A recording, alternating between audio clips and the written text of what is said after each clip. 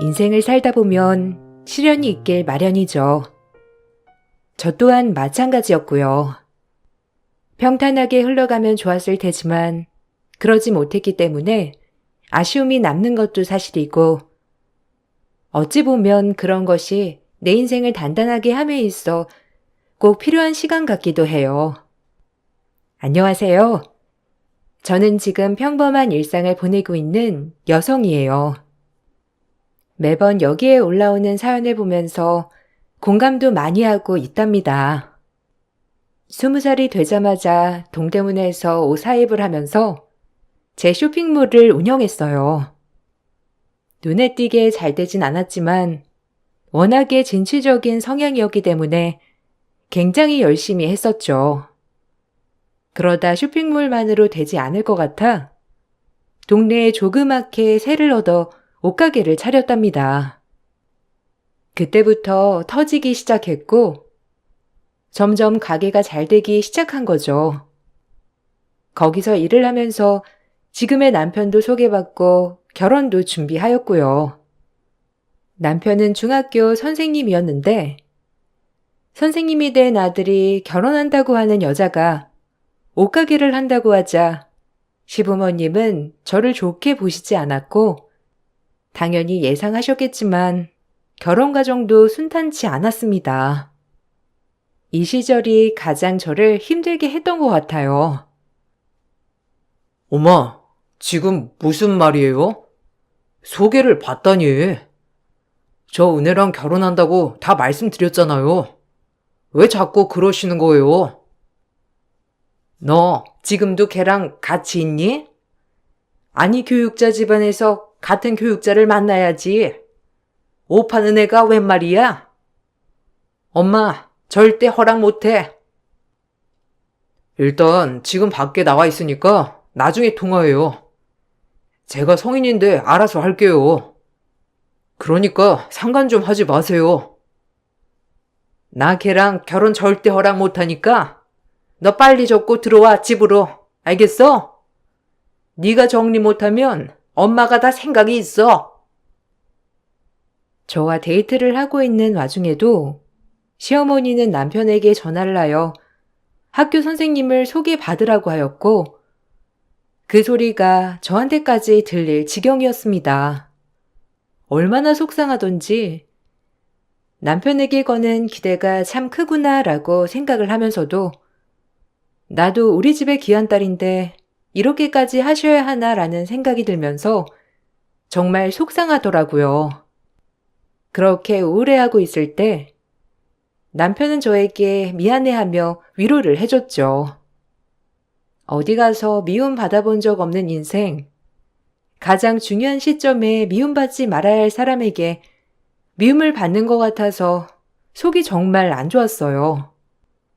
어디 가서 늘 똑부러진다, 잘한다 소리만 들어봤지 이렇게까지 싫어하는 사람은 없었거든요.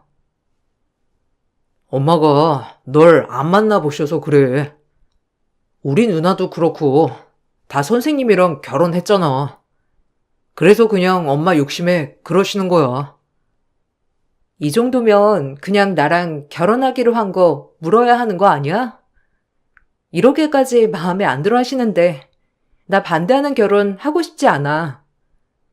나도 우리 집 귀한 딸인데 매번 자기 나랑 만날 때마다 어머님 전화 오고 자기는 내 눈치 살피랴, 엄마 눈치 살피랴.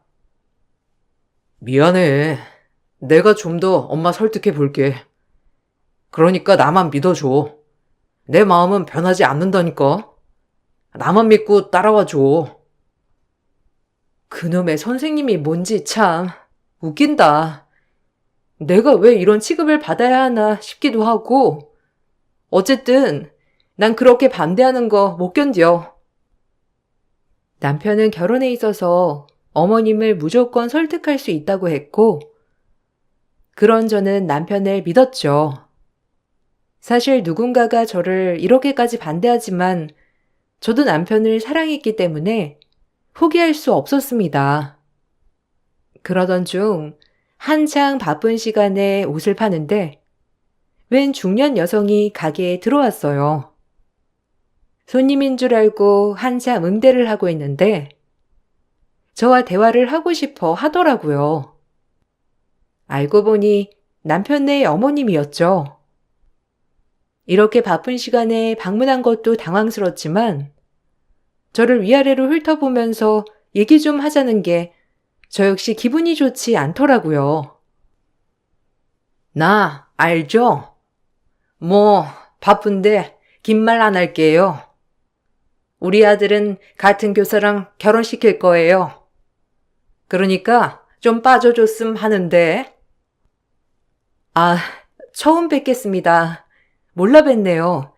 민수 씨한테 얘기는 들었는데 이것 때문에 여기까지 오신 거예요? 여긴 어떻게 하시고? 우리 아들 차에 있는 내비 좀 봤어요. 맨날 여기 오길래. 아니 그리고 고졸이랑 선생님이랑 어울리기나 한다고 생각해? 대학교 안 가고 사업 시작했다고 들었는데 그래도 한국에서는 아직까지 대학을 나와야지. 안 그런가? 우리 아들 보는 눈에 정말 실망했지만 내가 지금 이렇게까지 와서 아가씨한테 얘기하는 것 자체도 굉장히 수치스러워. 알아요? 참나, 내가 어쩌다. 그냥 젊은 아가씨니까 말 놓을게. 주제를 알아야지. 우리는 대대로 교육자 집안이야. 근데 어디서? 아유, 뭔지. 하여튼 내 말 알아들었을 거라 생각하고 이만 가볼 테니까 그쪽에서 우리 아들 좀 정리해줘.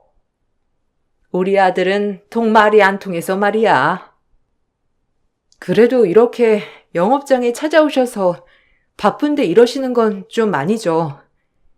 배웠다고 하시는 분들이 따로 만나자고 하시지. 그리고 대학 얘기하셨는데 교사 월급 얼마나 되나요? 돈이 다가 아니지만 저도 제 앞가림은 누구보다 잘하고 있다고 생각해요.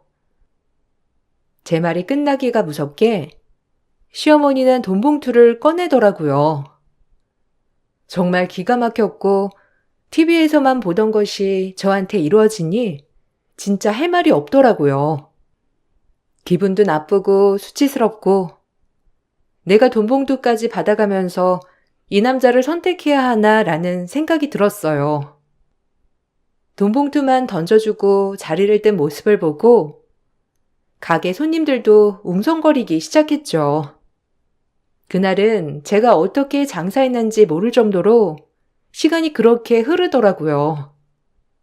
제가 한참을 남편의 전화를 피하다 결국 남편을 만나 어머님이 주신 돈 봉투를 집어 던졌어요. 제 인생에 이런 수치는 처음이었고 뭐가 아쉬워서 신파 드라마 속 여주인공이 되었나 싶으면서 정말 속상했어요. 배울 만큼 배웠다는 집구석에서 이런 신파를 찍고 난리야. 본 건 있으셔서 나한테 돈 줄 테니 떨어지래. 어때? 뭐? 미안해. 너한테 이렇게 하실 줄 몰랐어. 무슨 일이 있어도 내가 너 피해는 가게 하지 않았어야 했는데 미안하다. 이제 그런 말도 지겨워. 그냥 헤어지자. 나 이렇게 모욕당할 만큼 당신 안 좋아하는 것 같아. 그러니까 못 참는 거지. 믿어달란 말도 너한테 지겨울 수도 있지만 내가 꼭 해결할게. 그러니까 포기만 하지 말아줘라. 어떻게 헤어져? 헤어지자는 제 말에 남편은 식음을 전폐했고 결국 시댁은 두 손 두 발을 들게 되었죠. 그렇게 저도 아픔을 잊고 결혼을 준비해 나갔습니다. 시어머니의 행동들이 마음에 걸리고 상처가 되었지만 이왕 결혼하는 거 진짜 좋은 마음으로 다 잊고 결혼하자라는 마음이 있었어요. 하지만 억지로 결혼을 허락한 시어머니는 저를 끝까지 좋게 볼 리가 없었죠. 하지만 20살 때부터 산전수전, 공중전까지 다 겪은 저로서는 시어머니에게 절대 지지 않으려 했어요. 제가 지고 들어가는 순간 제 인생이 모조리 부정당하는 것 같았고, 절 이렇게 키워주신 부모님에게 죄송했거든요. 그래서 할 말은 다 했던 것 같아요. 여우 같은. 어떻게 내 아들 홀렸는지 모르겠다만, 그래, 네가 이겼어. 네가 이기니까 아주 좋지? 어디 너희들 얼마나 오래가나 보자. 급이 맞아야 결혼도 하는 거지. 그렇게 마음만 가지고 되는 게 결혼 생활인 줄 아니? 이제 내 아들이 너한테 질릴 거다. 아주 악담을 하시네요. 그럴 거면 왜 허락하셨어요? 저도 안 참아요, 어머니. 어디 가서 저 그렇게 꿀리지 않거든요. 뭐야? 내 아들이 시금을 전폐하니까 허락한 거지? 그런 거 아니었으면 내가 이 집에 들어올 수 있을 것 같냐? 말이 되는 소리를 해야지. 이 집 구석이 얼마나 잘난 집인데요? 교사 월급이야 뻔한 거고, 민수 씨랑 아버님이 교사지, 어머님이 교사 아니잖아요. 아, 얘 아주 대바라진 것 봐. 아주 20살 때부터 이것저것 다 겪으니까 나를 아주 물러본다 이거지? 아, 기가 막혀. 시어머니는 저의 말대답에 늘 어이없어 하셨고, 전 그나마 이렇게라도 하니까 좀 마음이 편안해지더라고요. 결혼 준비를 하는 과정에서도 시어머니는 막대한 예단을 요구하셨습니다. 그래도 20살 때부터 일을 열심히 했던 터라 시어머니가 준비해오라는 예단은 거뜬히 할 수 있었어요. 제가 예단을 준비를 하자 어머님은 꼬투리를 잡을 것이 없어진 게 못내 아쉬웠던지 이제는 별거 가지고 꼬투리를 잡더라고요. 정말 어이가 없었습니다. 그런 모습을 본 남편은 또 안절부절 못했고요. 그리고 남편의 돈이 모자랐기 때문에 집을 구할 때도 제 돈이 어느 정도 들어갔는데 전 하나도 아깝지 않았어요. 남편을 사랑했고 누가 더 해오면 어떠냐 하는 마인드였거든요. 하지만 시어머니는 이런 것 또한 당당하게 뻔뻔하게 모르쇠로 일관하였어요. 고등학교밖에 안 나온 네가 그럼 돈이라도 벌어놨어야지. 아, 맞다. 나 너한테 예물은 못 해준다. 네가 우리 집 같은 가문에 시집 오는 것 자체가 영광인데 내가 예물까지 해다 바쳐야겠니? 너 그렇게 돈 잘 버니까 예물에 아쉬움 없을 거 아니야. 안 그러니? 엄마, 무슨 말씀을 그렇게 하세요? 우리 집이 어떤 집안이라고? 은혜 얼마나 열심히 살아온 건데 그렇게 폄하하지 마세요. 예물 필요 없어요, 어머님. 예물 해주시고 또 얼마나 생색 내시겠어요? 그냥 전 제 마음 편하자고 예단한 거예요. 자기도 좀만 참아. 매번 이렇게 엄마랑 만날 때마다 그러면 어떡해. 엄마도 그만하시고요. 은혜야, 제발 부탁이야. 아니 왜? 얘 돈 많다며. 그러니까 이렇게 말한 건데 뭐 어떠니? 우리 아들같이 잘난 교사 남편 데리고 가면서 지가 다 해와야지. 한마디도 지지 않는 저의 모습에 시어머니는 결혼을 준비하는 내내 얼굴을 찌푸렸어요. 저 역시도 시어머니의 악담에 정말 결혼을 포기할까도 싶었지만 그러면 나 스스로가 정말 별 볼 일 없는 걸 인정하는 꼴 같은 느낌이 들었죠. 자존심 하나는 엄청 셌거든요. 저희는 그런 식으로 결혼을 준비해 나갔습니다. 제일 행복한 건 남편이었어요. 그래도 저희 집에서도 남편을 참 좋아해 주니 그거 하나만큼은 부모님께 효도했다는 생각에 기분이 너무 좋았죠. 그리고 결혼 준비를 하면서 가게를 자꾸 비움에 따라 직원을 더 채용하려는데 남편이 본인의 친척 동생을 추천하더라고요. 온라인 쇼핑몰에 관심이 많다고 하면서요. 전 그렇게 남편의 친척 동생을 제 가게에 채용을 하게 되었고, 시어머니의 귀에 저의 가게의 모든 것이 낱낱이 들어가게 되었어요. 아니, 언니 가게 어마어마하다니까요? 매출 장난 아니에요, 진짜. 지금 숙모가 그렇게 뻐길 때가 아니더라고요. 그래 봤자지. 우리 같은 교육자 집안에 제가 가당키나 해? 나 진짜 참고 결혼시키는 거야. 근데 뭐 얼마나 대단한데? 그래봤자 삼촌이랑 오빠 말고는 뭐 교육자 아니잖아요. 그러니까 숙모도 언니 좀 예쁘게 봐주세요. 얼마나 잘하는데. 오히려 전 언니랑 같이 일하면서 오빠보다 언니가 훨씬 아깝다고 느꼈다니까요. 그러니까 숙모도 받아들여 주세요. 너 무슨 걔한테 돈 받았니? 참나. 잘 돼 봤자지. 대학도 안 나와서 나는 그렇게 무식한 애 딱 싫어. 알아? 남편의 친척 동생이 제가 하는 일에 대해 좋게 말해 주었기 때문에 시어머니는 그나마 저에게 좀 너그러워지셨어요. 동네 옷가게를 하는 줄 알았는데 생각보다 월 수입도 많은 저를 다르게 보셨던 거예요. 그럼에도 불구하고 어머님의 교육자 집안 부심은 대단했습니다. 뭐 익히 알고 들어서 알고는 있었지만요. 그렇게 가지 않을 것 같던 시간도 가고 결혼식을 올리게 되었어요. 시어머니를 제외한 모든 친척들이 저를 축복해 주었고 저 역시도 너무 행복한 날이었습니다.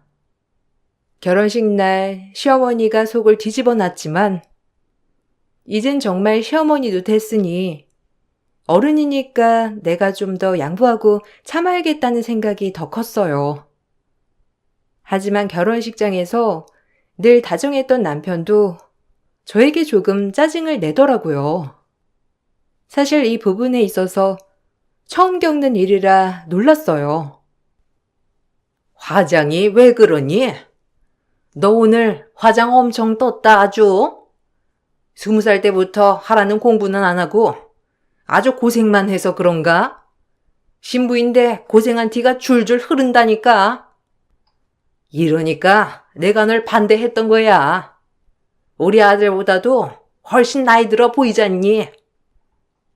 아, 어머님, 결혼식장까지 와서 또 이상한 소리 하시는 거예요? 저 정말 어머님이랑 잘 지내보고 싶어요. 네? 내가 너랑 어떻게 잘 지내니? 잘 지낼 수가 없어, 너랑은. 애초에 반대하는 결혼을 한 민수가 잘못한 거지만 그걸 굳이 우겨서 너도 하겠다고 한 거잖아. 그냥 우린 이렇게 지낼 수밖에 없는 사이니까 그런 줄 알아. 나한테 조금이라도 따뜻한 말이나 시어미 노릇 바라지도 말아라. 난 네가 뭐래도 마음에 안 드는 사람이니까. 알겠어? 그런 줄 알아. 어머님 정말 결혼식까지 너무하신다. 이왕 허락한 거 좋은 말씀 좀 해주시지. 아까도 악담하고 가셨어. 아, 결혼식인데. 그냥 느낀 점을 얘기한 거겠지. 너도 너무 예민한 거 아니야? 내가 예전부터 말하고 싶었는데 너 좀 예민한 게 있긴 해. 그만하자. 시어머니는 결혼식 날까지도 저를 못마땅해 하셨죠. 항상 어머님 앞에서 센 척하며 말은 했지만 정말 괴롭고 힘들더라고요. 그것보다 남편의 말이 더 서운하게 들려왔고 뭐라고 받아치려고 할 때 결혼식은 시작이 되면서 애써 모른 척 웃으려 했어요. 결혼식이니 조용히 지나가자 싶었거든요. 남편은 정말 저에게 잘해주겠다고 하며 서약을 했고 저 역시도 제 결혼에 후회 없는 선택을 했다며 자부했죠. 그렇게 결혼식을 올리고 나서 신혼생활은 행복했습니다. 일이 너무 바빠 신혼여행을 가지 못했어요. 제가 당분간은 일 때문에 여행을 가기 힘들 것 같다고 하니 남편 또한 흔쾌히 승낙했고 따로 여행 날짜를 잡게 되었죠. 이것 또한 시어머니는 못마땅해 하셨는데 그냥 제가 하는 모든 것들이 시어머니 눈에는 모두 다 마음에 안 드는 이야기였어요. 우리 아들이 뭔죄니? 결혼하자마자 여행도 못 가고 너 때문에 이게 뭐야? 네가 바쁘면 얼마나 바쁘다고. 참나. 정말 바빠요.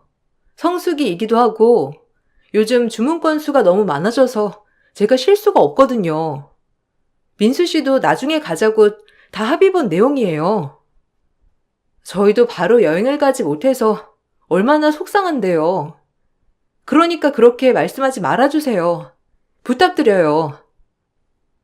네가 쉬지 못하는 걸 왜 우리 민수가 피해봐야 하냐고. 그게 난 이해가 안 간다는 거다. 알겠어? 어디 남자도 아니고 여자 일하는 것 때문에 남자가 피해를 봐야 해. 내가 이럴까봐 애초에 네가 마음에 안 들었다는 거야. 너 신혼여행도 안 가는데 다다음 주쯤에 집안 식구들 모여서 밥이나 대접해라. 알겠어? 그렇게 잘나고 똑부러졌는데 집안 어른들 한 끼는 대접할 수 있잖니. 갑자기요? 네, 알겠어요. 어차피 집들이도 해야 하고 했으니까 2주 뒤쯤 식사 약속 잡을게요. 뭐 드시고 싶은 거 있으세요? 메뉴는 네가 알아서 해. 아, 너 초계탕 할 줄 아니? 못해도 해라. 친척들 초계탕 좋아하니까 어디 한번 이번에 봐야지. 내 체면도 있으니까 단단히 준비해야 할 거야. 교사 와이프가 거저대는 줄 아니? 시장에서 옷이나 파는 너랑은 차원이 달라. 어머님은 시댁 식구들을 초대해 2주 뒤에 초계탕을 대접하라며 저에게 선전포고를 하였고 저 역시 어차피 언젠간 집들이를 해야 했기에 알겠다고 했어요. 일이 너무 바쁜 와중에 시댁 식구들까지 초대하여 밥을 대접하는 것이 여간 번거로운 일이 아니었지만 그래도 어머님이 결혼 후 처음 저에게 시킨 일이니 잘해서 이번에 점수 좀 따야겠다고 생각을 했어요. 그렇게 바쁜 2주가 흘렀고 시댁 식구들이 오는 날이 되었는데 결혼하고 나서는 신혼 3주차였어요. 웃으며 시댁 식구들을 맞이하는데 시댁 식구들은 어머님께 무슨 얘기를 들었는지 저를 그렇게 고운 표정으로 보시지만은 않았습니다. 순간순간이 가시방석 같았지만 그래도 최선을 다하려고 노력했어요. 그리고 새벽부터 준비한 초계탕을 대접하려고 준비를 했어요. 초계탕은 인원수대로 만들었니? 먹다가 모자라는 일 없이 좀 넉넉히 했지? 내가 이런 거 하나하나 고치해줘야 하니? 어머님, 걱정 마세요. 인원수보다 더 넉넉히 만들었고 열심히 만든 거니까 맛있을 거예요. 일단 앉으세요. 제가 나를게요. 그럼 네가 날라야지. 누가 나르길 바래? 참나, 꿈도 야무지다 너도 참. 민수야, 너도 돕지 말고 여기 얼른 앉아. 엄마. 자기야, 부탁 좀 할게. 엄마가 나보고 앉으라고 하니까 앉아야지. 또 괜히 어겼다간 사달라겠다. 이해하지? 남편과 어머님이 얄미웠지만 참았습니다. 결혼하니 남의 편이 된 것만 같은 남편이 조금 당황스러웠지만 이때까진 애교였고요. 그렇게 인원수에 맞춰 초계탕을 대접했고 제가 초계탕을 대접하자 식구들은 더웠겠다고 그나마 고생했다고 말이라도 해주시더라고요. 한참을 맛있게 먹고 있는데 생각지도 못한 일이 벌어졌습니다. 시어머니가 한참 초계탕을 드시다가 갑자기 의자를 쓰러뜨리곤 그대로 기절해 버리신 거예요. 거의 혼수 상태급이 되고 말았죠. 신혼 3주차 시댁 식구 집들이 도중 날벼락이었어요. 아유, 갑자기, 아유, 왜 이렇게 체한 것 같지? 아유, 가슴이, 아유, 너 여기다 뭔 짓 했어? 나 골탕 먹이려고 한 거지? 아니요. 제가 뭔 짓을 하다뇨. 빨리 자기야, 119 불러줘. 빨리. 어머님, 정신 차려보세요. 어머님, 제발요. 여기 가락동인데요. 지금 환자가 식사를 하다 갑자기 졸도했거든요. 빨리 와주세요. 제발요. 사람이 숨을 안 쉬어요. 시어머니는 저 말을 끝으로 다급하게 쓰러지셨고, 저희는 모두 놀라 난리가 났죠. 저도 너무 놀라서 할 말을 잃었고요. 남편이 다급하게 119를 불렀고, 저희는 어머님을 싣고 119를 타고 병원으로 향했습니다. 다른 식구들은 괜찮지만 어머님 혼자만 그렇게 쓰러진 것이었기에 정말 어안이 벙벙하였고 너무 죄책감이 들더라고요. 왜 하필 제가 해드린 음식을 먹고 이렇게 탈이 났을까 하며 말이에요. 어머님은 응급실에서 간단한 검사를 한 뒤 바로 위에 층 중환자실과 수술이 같이 되어 있는 곳으로 들어가게 되었어요. 담당 교수 말로는 빨리 지금 수술을 해야 한다고 하셨고 전 그대로 주저앉아 버렸어요. 자기 탓 아니야. 아니, 어떻게 갑자기 이런 일이 있지? 너 음식에 뭐 넣은 거 아니야? 너밖에 그럴 사람이 없잖아. 매번 엄마랑 싸우기나 하고. 너 진짜 그랬으면 용서 안 해? 우리 엄마 잘못되면 너 가만 안 둘 줄 알아. 알겠어? 지금 나 참고 있는 거야. 뭐? 당신도 나 의심하는 거야? 어이없다. 내가 아무리 어머님이랑 맨날 티격태격 했어도 어떻게 나를 의심해? 기막혀. 나 진짜 너무 충격적이어서 말이 다 안 나온다. 자기가 날 의심할 수 있는 거야? 다른 사람은 몰라도 자기는 그러면 안 되잖아. 내가 이 반대에도 자기 하나 믿고 결혼한 건데 남편이 남의 편이라는 말이 정말 맞는구나. 정말 충격이다. 솔직히 아무리 성인군자라도 이런 상황엔 의심만 할걸? 그러니까 네가 그동안 했던 행동들을 돌이켜봐. 나도 참은 거니까. 절 의심하는 남편의 태도에 전 그 자리에서 뺨을 날렸고 제가 뺨을 날리자 남편도 제 뺨을 치더라고요. 정말 황당했습니다. 연애 때는 한 번도 보여주지 않았던 태도에 정말이지 기가 막히고 코가 막히더라고요. 심지어 제 인생의 첫 뺨이었어요. 그래, 네 본성이구나 이게. 이성일은 네 모습 잘 기억할게.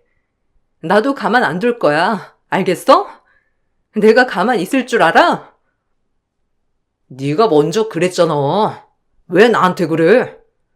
그리고 내가 지금 이성을 찾게 생겼어? 우리 엄마가 잘못돼 가고 있는 판에? 남편의 갑작스러운 황당한 태도에 말을 잇지 못했고 제가 알던 사람이 맞나 싶기도 하면서 정말 배신감에 차올랐어요. 매번 제 편을 들어주는 척을 했지만 남편은 알고 보니 늘 속으로 제가 시어머니에게 잘못하고 있다고 생각했던 거였어요. 정말 배신감이 차오르면서 말은 했지만 전 너무 화가 나더라고요. 지금은 마냥 어머님이 깨어나길 바라는 수밖에 없었어요. 한참을 복도에서 초계탕을 먹다가 혼수 상태된 시모를 기다리는데 수술을 마치고 중환자실로 이동을 하고 진료를 본 교수 한마디에 온 가족이 박수갈채로 환호했습니다. 저는 교수님 한마디에 마음을 매우 쓸어내렸고요. 정말 참 다행이었어요. 조개탕을 드셨다고 했는데 드시다 목에 걸리셔서 체한 느낌이 드셨을 겁니다. 처음엔 단순 체한 줄 알았는데 알고 보니 심근경색이었어요. 아마 그 전에 전조 증상이 없었다고 하시면 급성으로 오신 것 같은데 다행히 초계탕을 먹다가 목에 걸려서 병원으로 빨리 올 수 있었어요. 심근경색은 조금만 늦으면 사망도 할 수 있는 무서운 병이거든요. 오늘 옆에 식구들도 많았고 다행히 음식이 목에 걸린 게 다행이라고나 할까요? 그렇지 않으면 병원에 오실 일은 없을 테니까요. 정말 천만 다행입니다. 교수 한마디에 모두들 안도를 했고 남편 또한 정말 다행이라는 듯이 얘기를 했죠. 저 역시 너무 다행이라고 생각했지만 남편이 옆에서 저에게 한 말들은 잊혀지지 않더라고요. 남편 빼고 친척들은 저에게 하나둘씩 초계탕을 만드느라 수고했다며 그제야 한마디씩 해주셨고 제가 어머니를 살린 건 아니지만 그래도 이 음식 대접 덕분에 빨리 병원에 올 수 있었다며 저를 치켜 세워주더라고요. 반나절 만에 마음이 상반되되는 느낌이었습니다. 그야말로 왔다 갔다 한 것이죠. 아유, 조카 며느리 조개탕 아니었으면 골로 갈 뻔했지 뭐야. 내 친구도 심근경색으로 저세상 갔잖아. 아유, 정말 다행이지 뭐야. 아주 생명의 은인이네. 우리 조카 며느리가. 안 그래? 고마워. 시어머니가 내색은 안 해도 엄청 고마워하실 거야. 진짜 잘했어. 아니에요. 전 한 게 없는걸요. 그냥 초계탕만 만들었을 뿐인데요. 그래도 진짜 큰일 아니라서 너무 다행인 것 같아요. 그러게나 말이야. 우리 새아기가 복덩이네. 너희 시어머니는 진짜 감사해야 하는 거야. 어디 이렇게 시기 좋게 오기가 쉬워? 미안해. 내가 진짜 실성했지. 아, 내가 좀 더 참았어야 했는데 내가 미쳤었나 봐. 아깐 눈에 뵈는 게 없어서 그랬어. 아니, 네 본성이겠지, 그게. 네 본성 잘 봤다, 인간아. 우리 얘기는 나중에 해. 지금 어른들 계시니까. 알겠어? 남의 편놈. 친척 어른들은 애써 제 마음을 달래주었고 남편도 저에게 정말 미안하다며 싹싹 빌었어요. 본인이 실성을 했다며 사과했지만 남편의 말이 애써 위로가 되지 않았고 저에게도 생각할 시간이 필요했습니다. 시어머니는 중환자실에서 더 나아져서 일반 병실로 옮겼고 정신을 회복하자마자 의사 선생님께 이야기를 듣고는 저에게 처음으로 고맙다고 하더라고요. 고맙다. 네가 날 살렸어. 참 병원에 있으면서 많은 생각을 했어. 이렇게 한순간에 사람이 골로 갈 수도 있구나 싶으면서 그때 초계탕 먹다 목에 걸리지 않았으면 지금 혼자 집에서 심장 움켜쥐면서 어떻게 됐을 거 생각하니까 말이야. 내가 그동안 심했지? 미안하다. 우리 이제 잘 풀어나가 보자. 내가 너한테 억지를 부리고 못되게 한 거 사과하마, 아가야. 어머님, 이렇게 건강해지셔서 다행이지만 사실 민수 씨와 이제 정리할까 해요. 아무래도 저흰 아니었던 것 같고요. 어머님 쓰러졌을 때 민수 씨가 저보고 음식에 뭘 넣었냐고 하더라고요. 기본적인 믿음이 없는 결혼 생활 하고 싶지 않습니다. 쾌차하시길 바랄게요. 그리고 아직 혼인신고는 하지 않아서 그냥 서로 잘 합의해서 끝내면 될 것 같아요. 그럼 쉬세요. 이제야 내가 널 인정했는데 갑자기 이러는 이유가 뭐니? 너랑 나랑 문제였잖아. 우리 민수는 아무 잘못 없었잖아.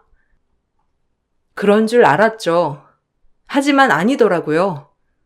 애초에 잘못 끼운 단추, 이제야 풀어보려 합니다. 어쨌든 쾌차하세요. 전 이 말을 하고 병실을 나왔고 남편에게 이별을 통보했어요. 사실 참 맞지 않는 커플이었죠. 처음부터 반대가 심했는데 그걸 억지로 끼워 맞추려 하다 보니 이 사단까지 왔다고 생각했거든요. 제가 이별을 통보하자 남편은 절 붙잡고 울기 시작했어요.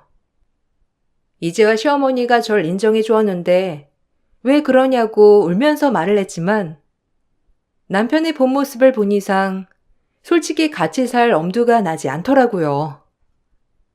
전 그 길로 남편에게 이별을 통보했고 남편은 절대 안 된다고 이제야 저를 붙잡았지만 뿌리쳤어요. 내가 그날은 실성했다고 했잖아. 너무 미안해. 제발, 한 번만 이해해줘. 나 너 없으면 못 살아. 제발. 마음 좀 돌려줘. 아니, 내가 어머님한테 그렇게 당하고도 참았던 건 당신 때문이었어. 근데 당신은 나한테 애초에 신뢰가 없던 거지. 그걸 알고 자기랑 내가 어떻게 부부 생활을 할 수 있겠어? 어머니 좋아하는 며느리상 만나서 행복하게 살아. 그리고 우리 헤어지는 건 100% 당신 유책 사유니까 나한테 미안하다면 집에서 몸만 나갔으면 해. 다신 마주치지 말자, 절대로. 뭐? 몸만 나가? 절대 그렇게 못하지. 이 집 내 명이야.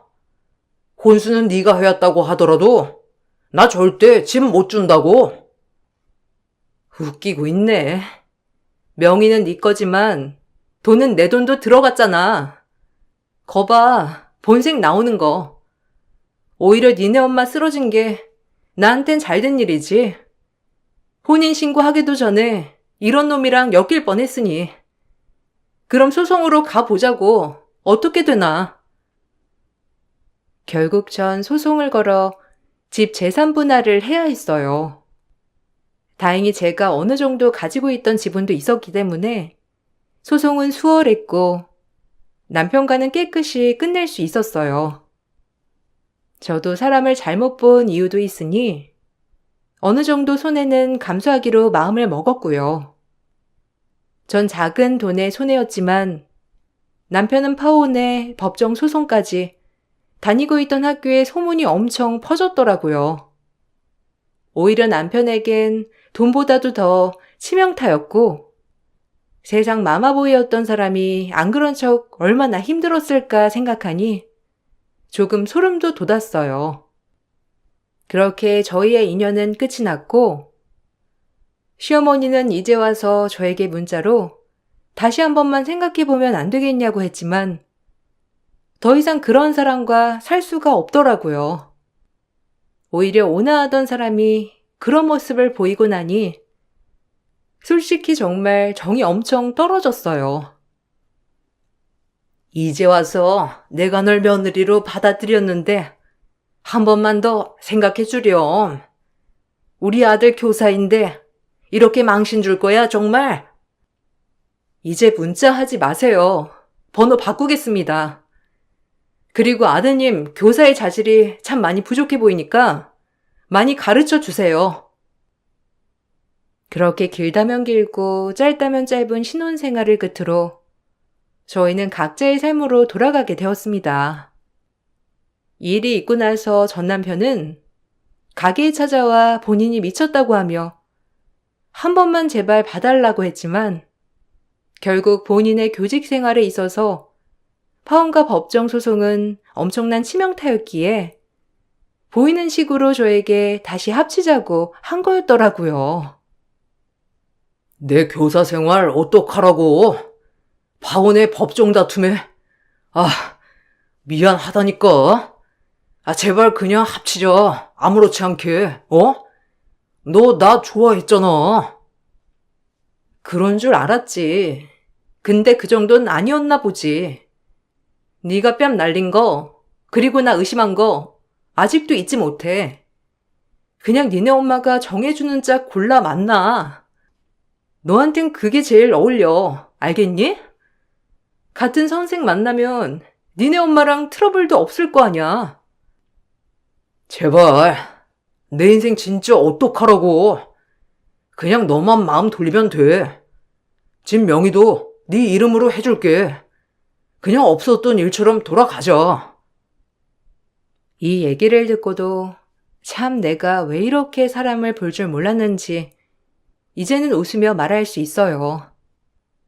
그리고 지금은 그 일이 있고 7년이나 지났고 전 새로운 사람을 만나 행복한 결혼 생활도 하고 아이도 낳고 살고 있어요. 성품 좋은 시댁 식구들과 정말 가정적인 남편을 만났거든요.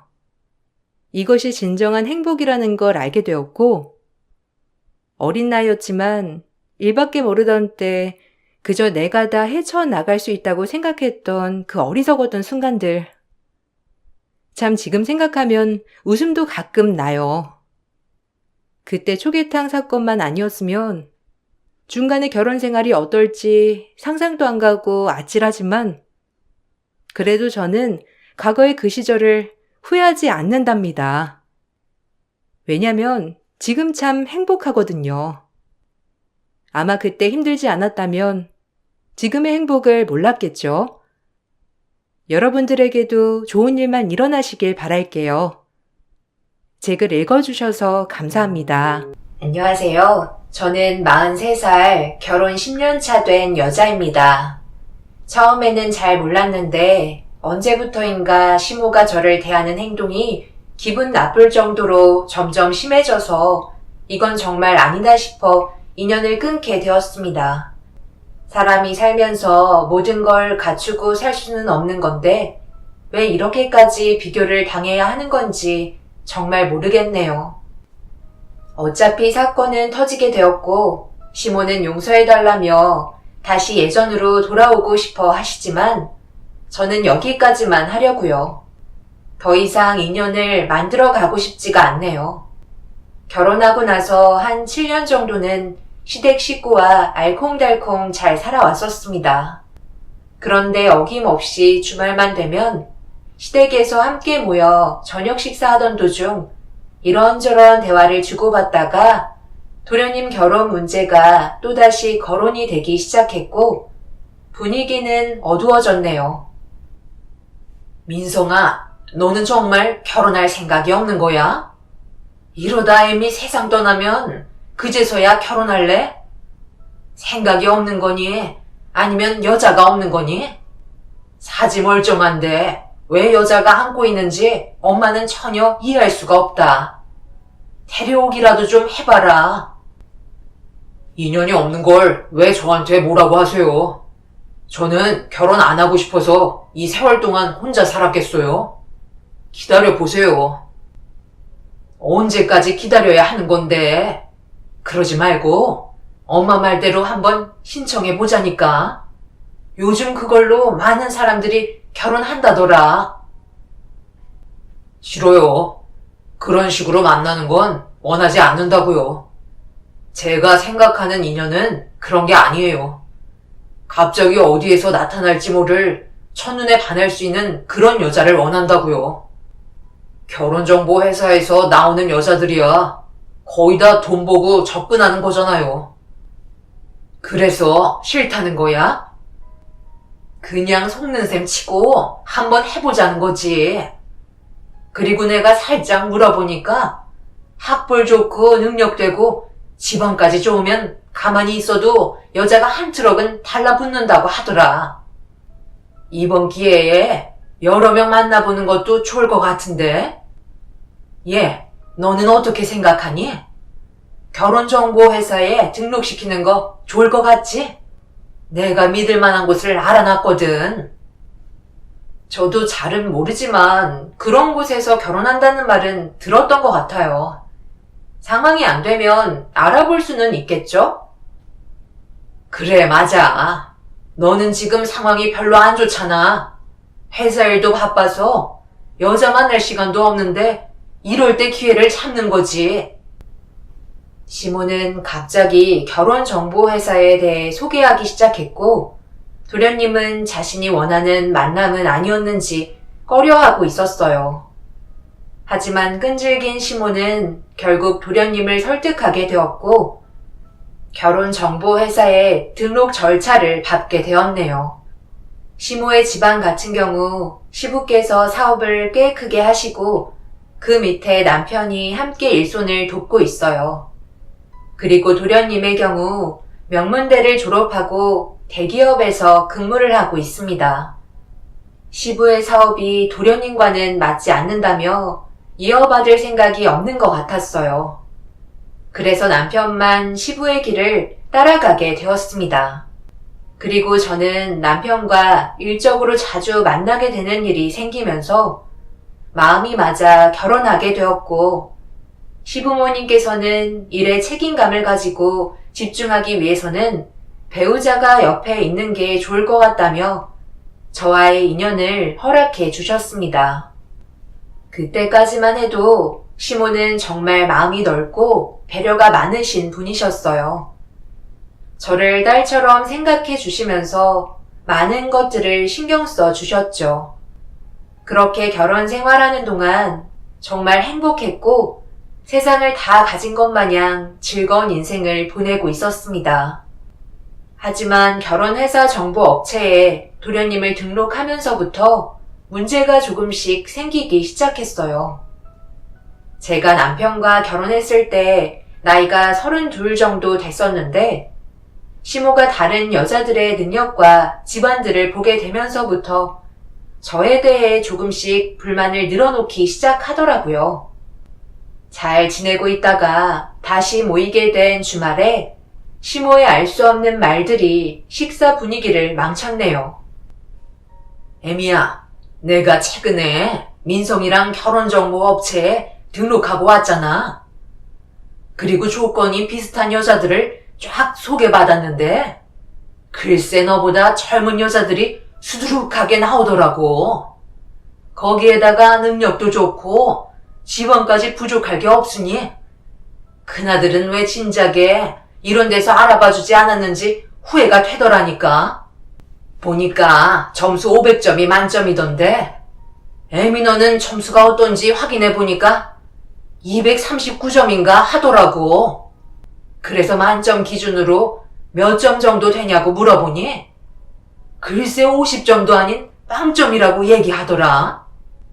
너무 충격을 받아서 왜 빵점이냐고 물어보니까 결혼했을 당시의 기준으로 나이가 32살이었는데 남자들이 제일 선호하는 게 나이가 어린 신부감을 원하기 때문에 32살 정도 되는 여자들은 50점을 깎고 들어간다고 하더라.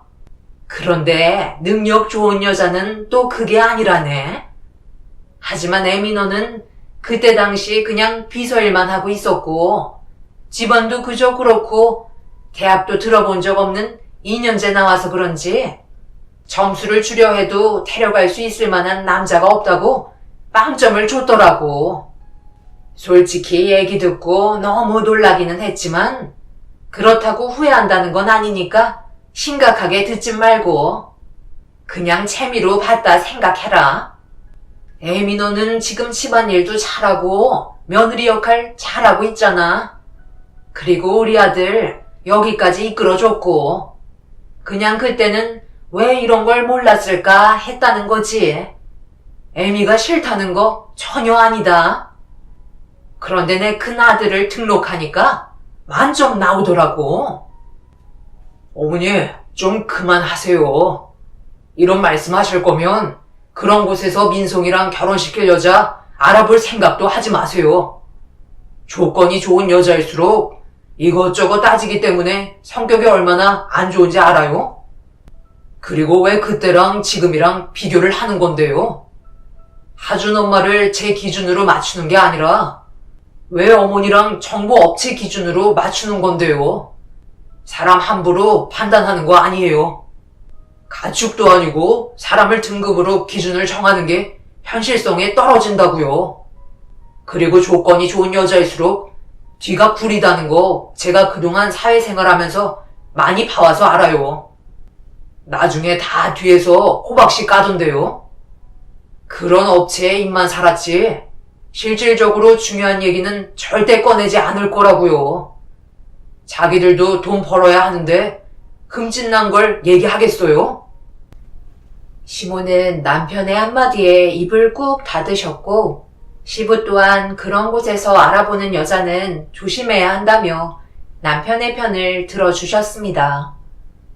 시모는 얼굴이 붉어지셔서는 무언가 불만이 가득해 보이셨고 그때부터 조금씩 시모와 틀어지기 시작했어요. 그리고 도련님은 업체 측에서 소개해주는 여자들과 만남을 가지면서 결혼할 만한 여자를 찾고 있었습니다. 남편도 그렇고 저 또한 불안한 건 마찬가지였어요.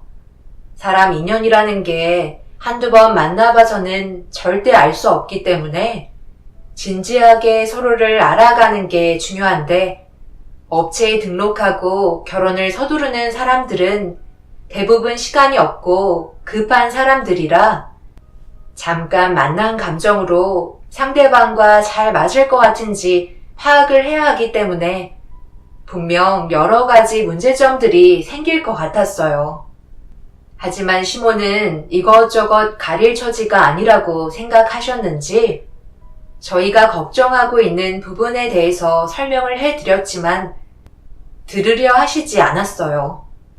그렇게 몇 달의 시간이 흐른 뒤 도련님이 마음에 드는 여자를 선택했는지 시모와 단둘이 결혼 얘기를 주고받는 듯 보였고 모두가 모인 주말에 한 여자가 초인종을 눌렀습니다. 그리고 시모는 급하게 현관문을 열어주며 새로 한 식구가 될 며느리라고 소개를 해주셨네요. 처음 보게 된 정보 업체에 등록한 여자를 머리끝부터 발끝까지 훑어보면서 어떤 사람인지 지켜보기 위해 약간 경계를 하며 상황을 주시했고 도련님과 시모는 인사하러 들어온 여자와 몇 번 만났었는지 친근하게 대해주고 있었습니다. 그렇게 한자리에 모두가 모여 식사를 하면서 여자가 주도권을 잡으며 대화를 이어나갔어요. 저도 여기 업체에 등록하고 나서부터 연락이 얼마나 많이 오던지 하루가 모를 정도로 스케줄이 잡힌다니까요. 정말 별의별 사람 다 있어요. 저번에는 저보다 15살이 넘게 차이나는 아저씨랑 한 번 만난 적이 있었는데요. 하도 외로워 보이길래 그냥 자리에서 일어나는 건 예의가 아닌 것 같아 잠깐 분위기나 맞춰주고 말동무 좀 해줬는데 글쎄 그 아저씨가 죽도록 따라다녀서 한동안 얼마나 힘들었었는데요. 돈만 많다고 해서 뭐든지 다 자기가 가질 수 있다고 생각했나 봐요. 정말 업체에 처음 겪어보는 사람이 어찌나 많던지 왜 결혼 못하는지 알 수 있을 것 같아요. 정말 다행인 건 그래도 민성씨 만나서 더 이상 업체 전화 안 받아도 돼서 얼마나 편한데요. 저희 부모님께서도 민성씨 얼마나 마음에 들어 하시는데요. 저는 그 모습을 바라보면서 명문대를 나온 게 맞나 싶을 정도로 상태가 좋아 보이지는 않았어요. 그래서 남편과 따로 방에 들어가 대화를 주고받으면서 도련님이 저 여자와 결혼하는 게 맞는 건지 진지하게 대화를 주고받으면서 남편도 저와 같은 생각이길래 도련님을 따로 불렀습니다. 그리고 진지하게 다시 물어봤어요. 정말 저 여자가 마음에 들어서 결혼할 거냐고 한치의 망설임도 없이 고개를 끄덕이며 최대한 서둘러 결혼하고 싶다는 말을 듣게 되었었네요. 정말 진지하게 꽤 오랜 시간 만나보고 결혼을 생각해야 하지 않냐고 물어보니 여자 측 부모님께서도 급하게 결혼을 서두른다며 나이를 먹어갈수록 정보 업체에서 정한 기준의 점수에서 점점 내려가기 때문에 좋은 조건의 남자와 만났을 때 서둘러 결혼하는 게 좋은 거라고 얘기하셨답니다. 불안한 마음 어쩔 수 없었지만 둘이 좋다는 거 무작정 말린다고 해결되는 문제도 아니라서 방에서 나가는 도련님을 더 이상 말릴 수도 없었네요. 남편과 저는 한숨을 내쉬며 다시 식사 자리에 앉았는데 시부께서 시모를 따로 부르셨어요. 그리고 잠시 뒤 서로 싸우시는 목소리가 주방에까지 들려오기 시작했고 남편은 당황했는지 급하게 방문을 두드리면서 무슨 일이냐며 두 분의 싸움을 진정시키려 하자 시모가 문을 박차며 방에서 나오시더니 시부에게 언성을 높이며 화를 내셨네요. 그래서 지금 반대하겠다는 거야? 내 아들이 좋다는데 당신이 뭔데 반대를 해? 그러다 두 번 다시 여자 못 만나서 평생 혼자 살다가 고독사로 세상 떠나면 당신이 책임질 거야? 결혼하고 지지고 볶든 이혼을 하든 그건 본인들이 알아서 해결해야 될 문제인데 그걸 지금 이렇게 중요한 자리에서 기분 더러워지게 방으로 데려가서 말을 해야 돼? 새벽같이 음식 준비하고 최대한 나는 좋게 보이려고 노력하고 있는데 당신은 민성이를 위해서 뭘 해줬어? 아무것도 하지 않았으면서 왜 큰 소리야? 그럴 거면 당신이 민성이 짝 좀 찾아주던가. 뒤에서 입만 나불거리면 다 되는 줄 알아? 한 번만 더 그 입으로 나한테 이래라 저래라 한다면 지금보다 더 난리칠 테니까 그런 줄 알아. 내가 이래서 황혼 이혼 하겠다는 거야. 도대체가 마음에 드는 구석이 하나도 없어. 늙으면 혼자 살아야 한다는 게 여기서 나오는 거야. 부부는 일심동체 아니야? 정말 못났다. 시모는 그동안 목소리를 높이며 시부와 싸운 적이 없으셨어요. 하지만 그날은 저희 모두를 당황시킬 정도로 시모의 목소리가 높았고 그동안의 불만들이 많이 쌓였었는지 화를 억누르지 못하셨어요. 인사를 왔던 여자도 시모의 모습에 당황스러웠는지 어색하게 서서 시부모님의 싸우는 모습을 지켜보고 있었습니다. 결국 시부는 속 터진다는 한마디 하시고 방으로 들어가셨고 시모는 그 여자의 손을 잡더니 시부에게 노망난 노인네 말 귀에 담지 말라며 주방으로 데려갔어요. 저희는 그 모습을 지켜보고 있는데 앞으로 무언가 알 수 없는 엄청난 것들이 온 가족을 덮칠 것 같은 안 좋은 느낌이 들었네요. 그렇게 도련님은 정보업체 여자와 결혼을 하게 되었고 신혼이라서 그런지 깨가 쏟아질 정도로 둘의 사이는 너무 좋았어요. 저희가 생각하고 있던 거와 다른 방향으로 흘러가는 모습을 보면서 잘못 판단하고 있었던 것 같아 미안한 감정까지 들 정도로 서방님과 동서의 사이는 누가 봐도 행복해 보였습니다. 그렇게 잘 지내면서 한 해 두 해 넘어가다 보니 어느새 3년이라는 시간이 흘렀고 매번 오는 명절날 모두가 함께 모여 분위기를 즐기고 있었습니다. 그래도 동서는 며느리로서 최대한 노력하려는 모습을 많이 보여주려 애쓰는 것 같았어요. 제가 두 눈으로 봤을 때는 그렇게 보였습니다. 그래서 시모의 사랑을 한 몸에 받고 있었죠. 동서가 며느리로 들어오면서 바뀐 건 시모가 저를 대하는 행동과 그리고 뭐든지 동서와 함께 하면서 저는 투명 인간 취급하며 대우조차 해주지 않았다는 게 제일 크게 바뀐 점이었죠. 저는 그래도 만 며느리니까 제 위치에서의 역할에 최선을 다했는데 시모는 그런 저를 보며 당연하게 생각하시면서 힘든 일은 뭐든지 저를 시키셨어요. 그래도 누군가는 해야 될 일이니까 불평불만하지 않고 묵묵히 시댁 일을 해왔습니다. 시모에게 불만을 털어놔봤자 좋을 것 하나 없다는 거 잘 알기 때문에 이번 추석에도 저 혼자 명절 음식을 준비하고 있었네요. 그리고 뒤늦게 온 동서는 일손을 돕겠다며 양파를 걷어붙이는데 시모가 갑자기 동서를 부르더니 저보고 들으라는 것 마냥 대화를 주고받고 있었습니다. 예, 너네가 뭐라고 그랬니? 명절날 우리 집에 오면 무조건 주방에 들리지 말고 내 방으로 들어오라고 했잖아. 네가 워낙 바빠서 시간도 잘 못 내니까 대화할 시간이 없잖아. 그런데 오자마자 주방에 들어가면 시엠이랑 누가 놀아줄 건데?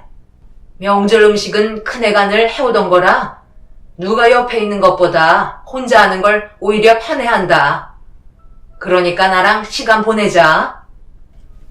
저를 딸처럼 대하셨던 시모는 더 이상 저를 딸처럼 생각하지 않으셨어요.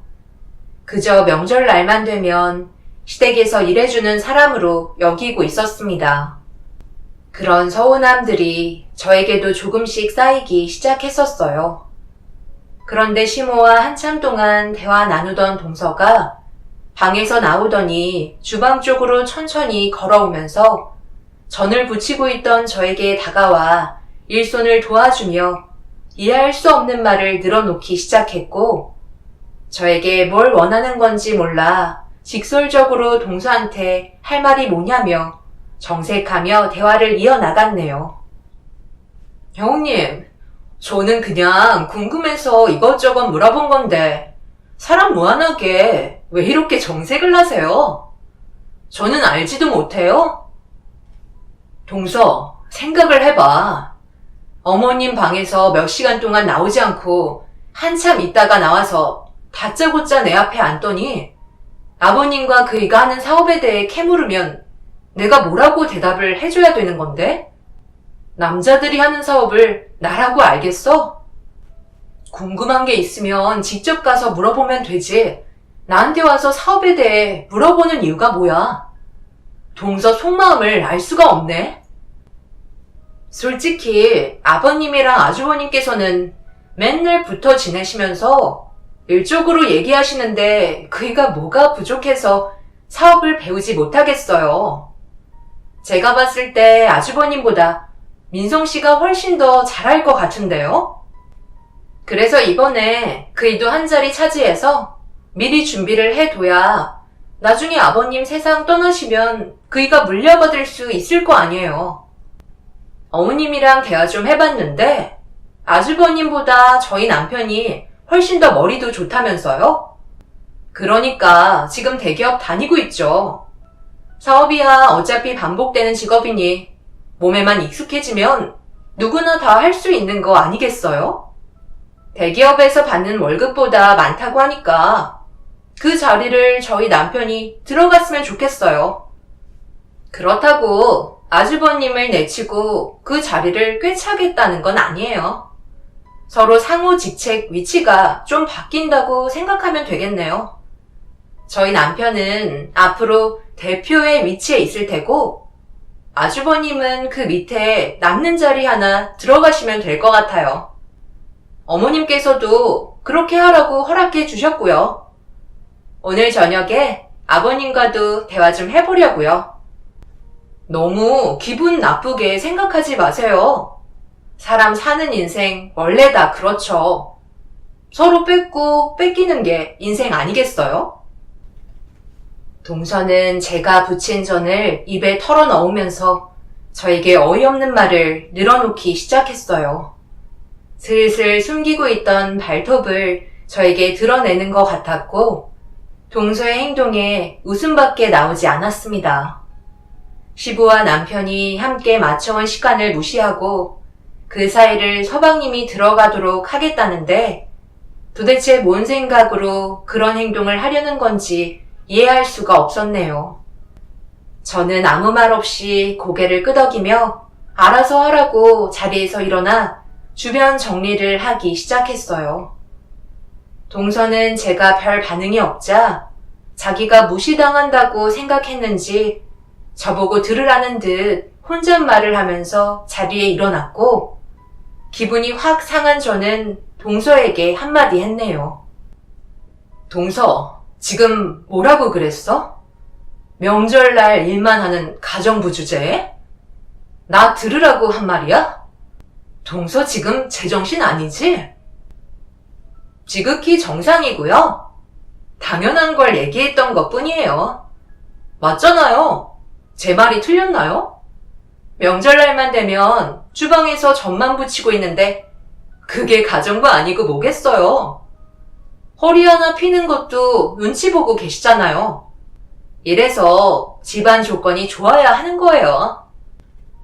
동서는 이 집 식구 아니야? 당장 주방으로 들어와서 설거지라도 해.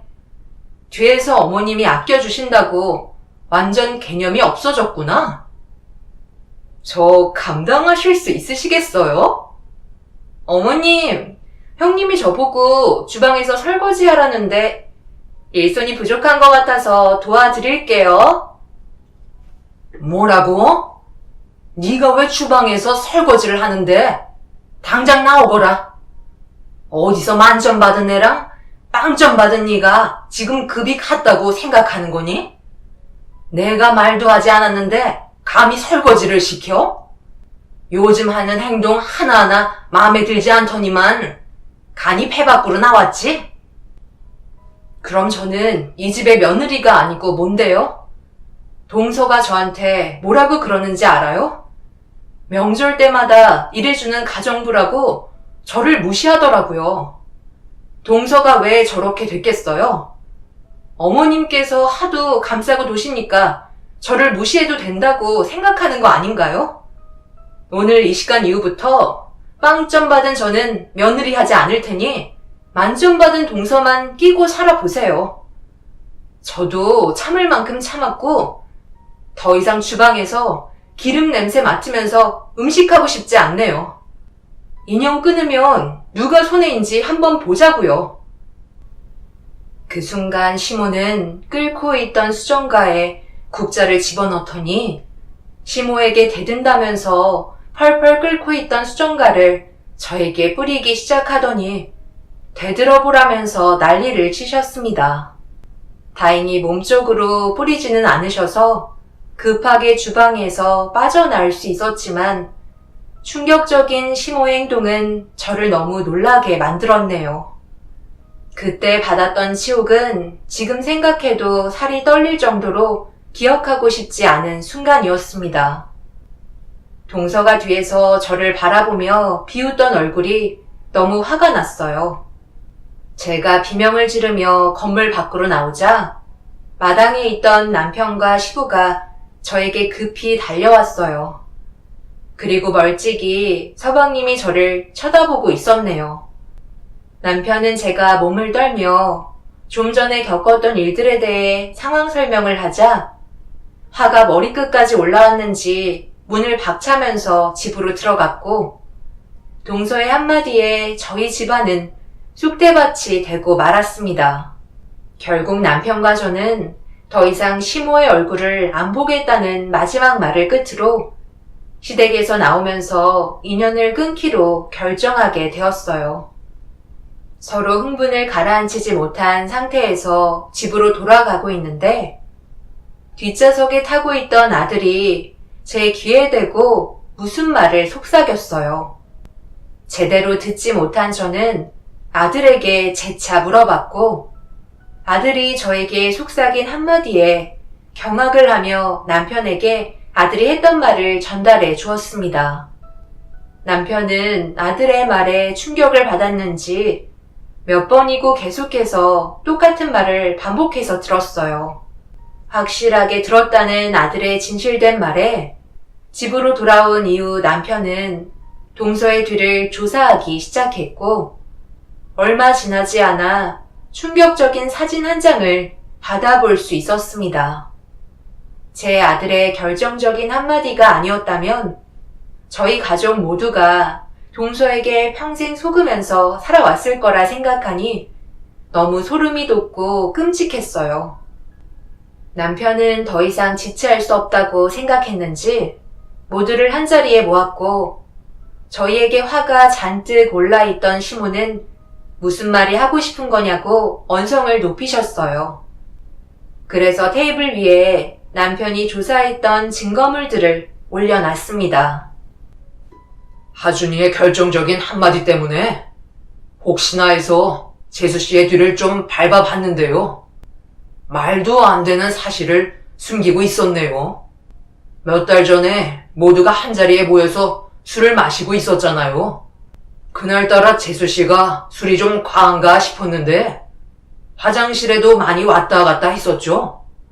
정신을 못 차릴 정도로 많이 먹은 상태라 제 아들이 화장실을 가려다가 재수 씨와 마주쳤고 하준이를 바라보면서 뭐라고 하는 것 같아 보였지만 대수롭지 않게 넘겼었는데 얼마 전에 저희랑 안 좋은 상태로 돌아갔을 때 제 아들이 차에서 그러더라고요. 제 아들보다 큰 아들이 있다고. 그래서 몇 번이나 재차 물어봤는데 확실하게 들었다는 아들의 말을 믿고 뒷조사를 해봤는데 어느 한 건물에서 정말 하준이보다 큰 아이가 나오더라고요. 그리고는 재수 씨랑 둘이 손을 잡고 데이트를 하는데 그 아이가 재수 씨한테 엄마라고 부르는 말이 고스란히 녹음까지 되었죠. 동서는 테이블에 올려져 있는 사진들을 보며 얼굴이 사색이 되었고 모두를 숨겼다는 사실에 시부와 시모는 경악을 하고 말았습니다. 시모는 업체에서 내민 정보만 믿고 완벽하다고 생각했던 동서에게 엄청난 사실을 숨기고 있었다는 거에 뒷목을 잡고 계셨어요. 서방님도 이런 사실은 알지 못했는지 어떻게 된 거냐고 소리치며 아이의 존재에 대해 묻기 시작했습니다. 그리고 엄청난 사실을 듣게 되었고 저희는 할 말을 잃어버려 눈물을 흘리고 있는 동서를 멍하니 바라만 보고 있었네요. 숨기고 싶었던 건 아니었어요.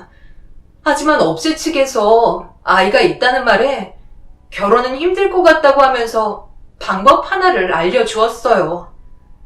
아이만 없으면 완벽한 조건이기 때문에 숨기기로 하면서 추가적인 요금을 원하시더라고요. 그래서 업체에서 제 정보를 수정했고 그때부터 저와 결혼하겠다는 사람들이 줄 서듯 몰려왔어요. 나이도 30이 넘지 않았던 29살에 집안도 괜찮고 학력도 좋으니 많은 사람들과 선을 볼 수 있었고 민성 씨를 만났지만 제가 원하는 삶은 아니었어요.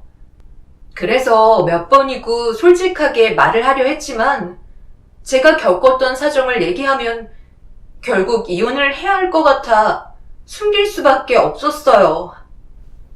동서는 29살 때 35살인 서방님과 결혼을 했지만 3년이 지난 시점에 지금 아이는 벌써 14살이었어요. 32살이 된 동서한테 14살의 아이가 있다는 건 저희에게 엄청난 충격을 안겨주었었죠.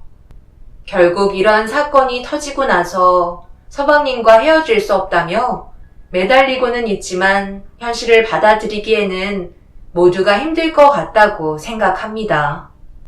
더군다나 서방님이 제일 큰 충격을 받았고 시모는 당장 이혼하라며 난리를 치고 있었어요. 저는 동서에게 왜 이렇게까지 하면서 결혼을 했냐고 물어보니 아이한테 아빠라는 존재가 그동안 없었기 때문에 좋은 아빠를 만들어주고 싶었고 그래서 부모님과 함께 능력 좋은 남자를 알아보다가 서방님을 만났다고 하네요. 업체 측에서는 결혼 이후 나중에 다 얘기하면 현실을 받아들이고 산다고 얘기해서 정보를 수정했지만 막상 살다 보니 진실을 얘기하는 게 힘들었다며 그동안 저에게 했던 행동들까지 전부 죄송하다고 눈물을 흘렸습니다. 결국 서방님은 동서와의 이혼을 결정했고 이혼 소송을 한 상태입니다. 그리고 시모는 다시 동서가 없었을 때처럼 저에게 잘 해주시려 전화도 자주 하면서 살갑게 행동하시네요. 그동안 저에게 했던 행동들과 차별이 없었던 일처럼 된다고 생각하시는지 아무렇지도 않은 척 넘어가시려는 게 어이가 없습니다. 저는 절대 시모와의 인연을 더 이상 만들지 않을 거고 앞으로 얼굴조차 보고 싶지 않습니다. 시모는 동서가 신혼이기 때문에 아이를 천천히 가지려 했다고 했는데 지금 생각해보니 동서에게 중학생이나 된 애가 있어서 망설이고 있었던 거였네요. 처음부터 끝까지 모든 게 거짓이었던 동서가 처음부터 모든 진실을 밝히고 접근했다면 아마 모든 삶이 달라졌을까요? 시모와 동서의 행동들이 결국 가족 전체를 찢어지게 만들었네요. 그리고 시부는 시모가 저에게 펄펄 끓고 있던 수정가를 뿌렸다는 거에 화가 나셨는지 시모가 그토록 원하시던 황혼 이혼을 하게 되실 것 같습니다. 시부는 한번 결정한 건 절대 꺾지 않으시는 분이시기 때문에 결과는 돌이킬 수 없을 것 같네요. 한 사람으로 인해 온 가족이 피해를 입었습니다. 그리고 서방님은 현재 업체에게 소송을 걸은 상태이지만 이제 와서 그게 무슨 소용이겠어요. 참 안타까울 뿐입니다. 여러분들께서는 저희 가족의 사연을 통해 피해보시는 분들이 없으셨으면 좋겠습니다. 감사합니다. 안녕하세요. 저는 60대 중반 여자입니다. 지금 현재 저희 가족들은 그날의 충격에서 벗어나지 못하고 있는 상태라 정상적인 생활이 불가능할 정도로 많은 어려움을 겪고 있습니다. 문제가 시작된 건 제 작은 아들이 결혼을 하려고 치과 의사 며느리를 집으로 데려오면서부터 시작된 것 같네요. 좋은 분위기 속에서 예비 며느리와의 즐거운 저녁 시간을 끝낸 뒤 작은 아들이 집에 바래다 주겠다며 같이 나갔을 때 저도 긴장을 했었는지 소파에 털썩 주저앉아 숨을 고르고 있었는데 저희 집에서 오랜 시간 함께 생활했던 양평댁은 저에게 물 한 잔 건네주면서 잠깐 대화하길 원했어요. 워낙 가족 같은 분이고 저희 집안에서 많은 도움을 주고 계신 분이시기 때문에 저는 자리를 옮겨 양평댁이 무슨 말을 하려고 따로 보자고 한 건지 들어볼 필요가 있었죠. 저기 사모님, 이런 말씀 드리는 게 기분 나쁘실 수도 있으시겠지만 작은 아드님 결혼을 다시 생각해 보시는 게 어떻겠어요? 제가 봤을 때 사모님 집안과는 어울리지 않는 것 같아서요. 그리고 아까 결혼까지 허락하셨는데 좀 더 시간을 두고 결정하셔도 나쁘지 않을 것 같은데 그 여자 눈빛이 별로 좋지 않더라고요. 당연히 제가 참견할 문제는 아니지만 저도 이 집에서 사모님과 보낸 시간이 벌써 20년이 넘었는걸요. 가족이나 다름없을 정도로 사소한 거라도 전부 다 알고 있을 만큼 헛된 시간을 보낸 건 아니잖아요. 저는 진심으로 가족처럼 생각하면서 지내왔었기 때문에 작은 아드님의 결혼에는 좀 더 신중하셨으면 해서 말씀드리는 거예요. 큰 아드님이 결혼하신다고 했을 때 제가 이런 말씀 드린 적 없었잖아요. 직업 좋고 집안 좋은 여자이긴 하지만 느낌이 좋지가 않아요. 석현 아빠도 예비 며느리가 마음에 든다고 했었고 나도 여러 가지 부면을 봤을 때 바르게 잘한 것 같아 결혼을 허락한 건데 느낌 하나로 판단하기에는 둘의 결혼을 물을 필요는 없을 것 같은데 우리 가족을 걱정해 주는 건 잘 알겠지만 이건 작은 아들의 결정도 크기 때문에 양평댁 말만 듣고 허락한 결혼을 다시 번복하는 건 힘들 것 같네요. 우리 작은 아들 석진이를 어렸을 적부터 옆에서 많이 챙겨줬으니 그만큼 신경이 많이 쓰인다는 거 나도 잘 알지만 이건 내 아들 인생이 걸린 문제라 나 혼자 결정할 문제가 아닌 것 같아요. 양평댁이 혹시 아는 사람은 아니죠? 내 보기엔 싹싹하니 괜찮은 것 같구만. 너무 예민하게 생각하지 마요. 저희 집안과 20년이 넘는 시간을 함께했던 양평댁은 제 아들을 친아들처럼 아껴주셨어요. 그래서 작은 아들도 양평댁을 잘 따르는 편이었죠. 문제는 작은 아들의 결혼에 상당히 집착을 많이 하고 있었습니다. 저와 남편이 불편할 정도로 예비 며느리가 저희 집 식구로 들어오는 걸 지속적으로 반대를 하다 보니 처음으로 양평댁에게 불편한 말까지 나오게 되는 상황이 오게 되었죠.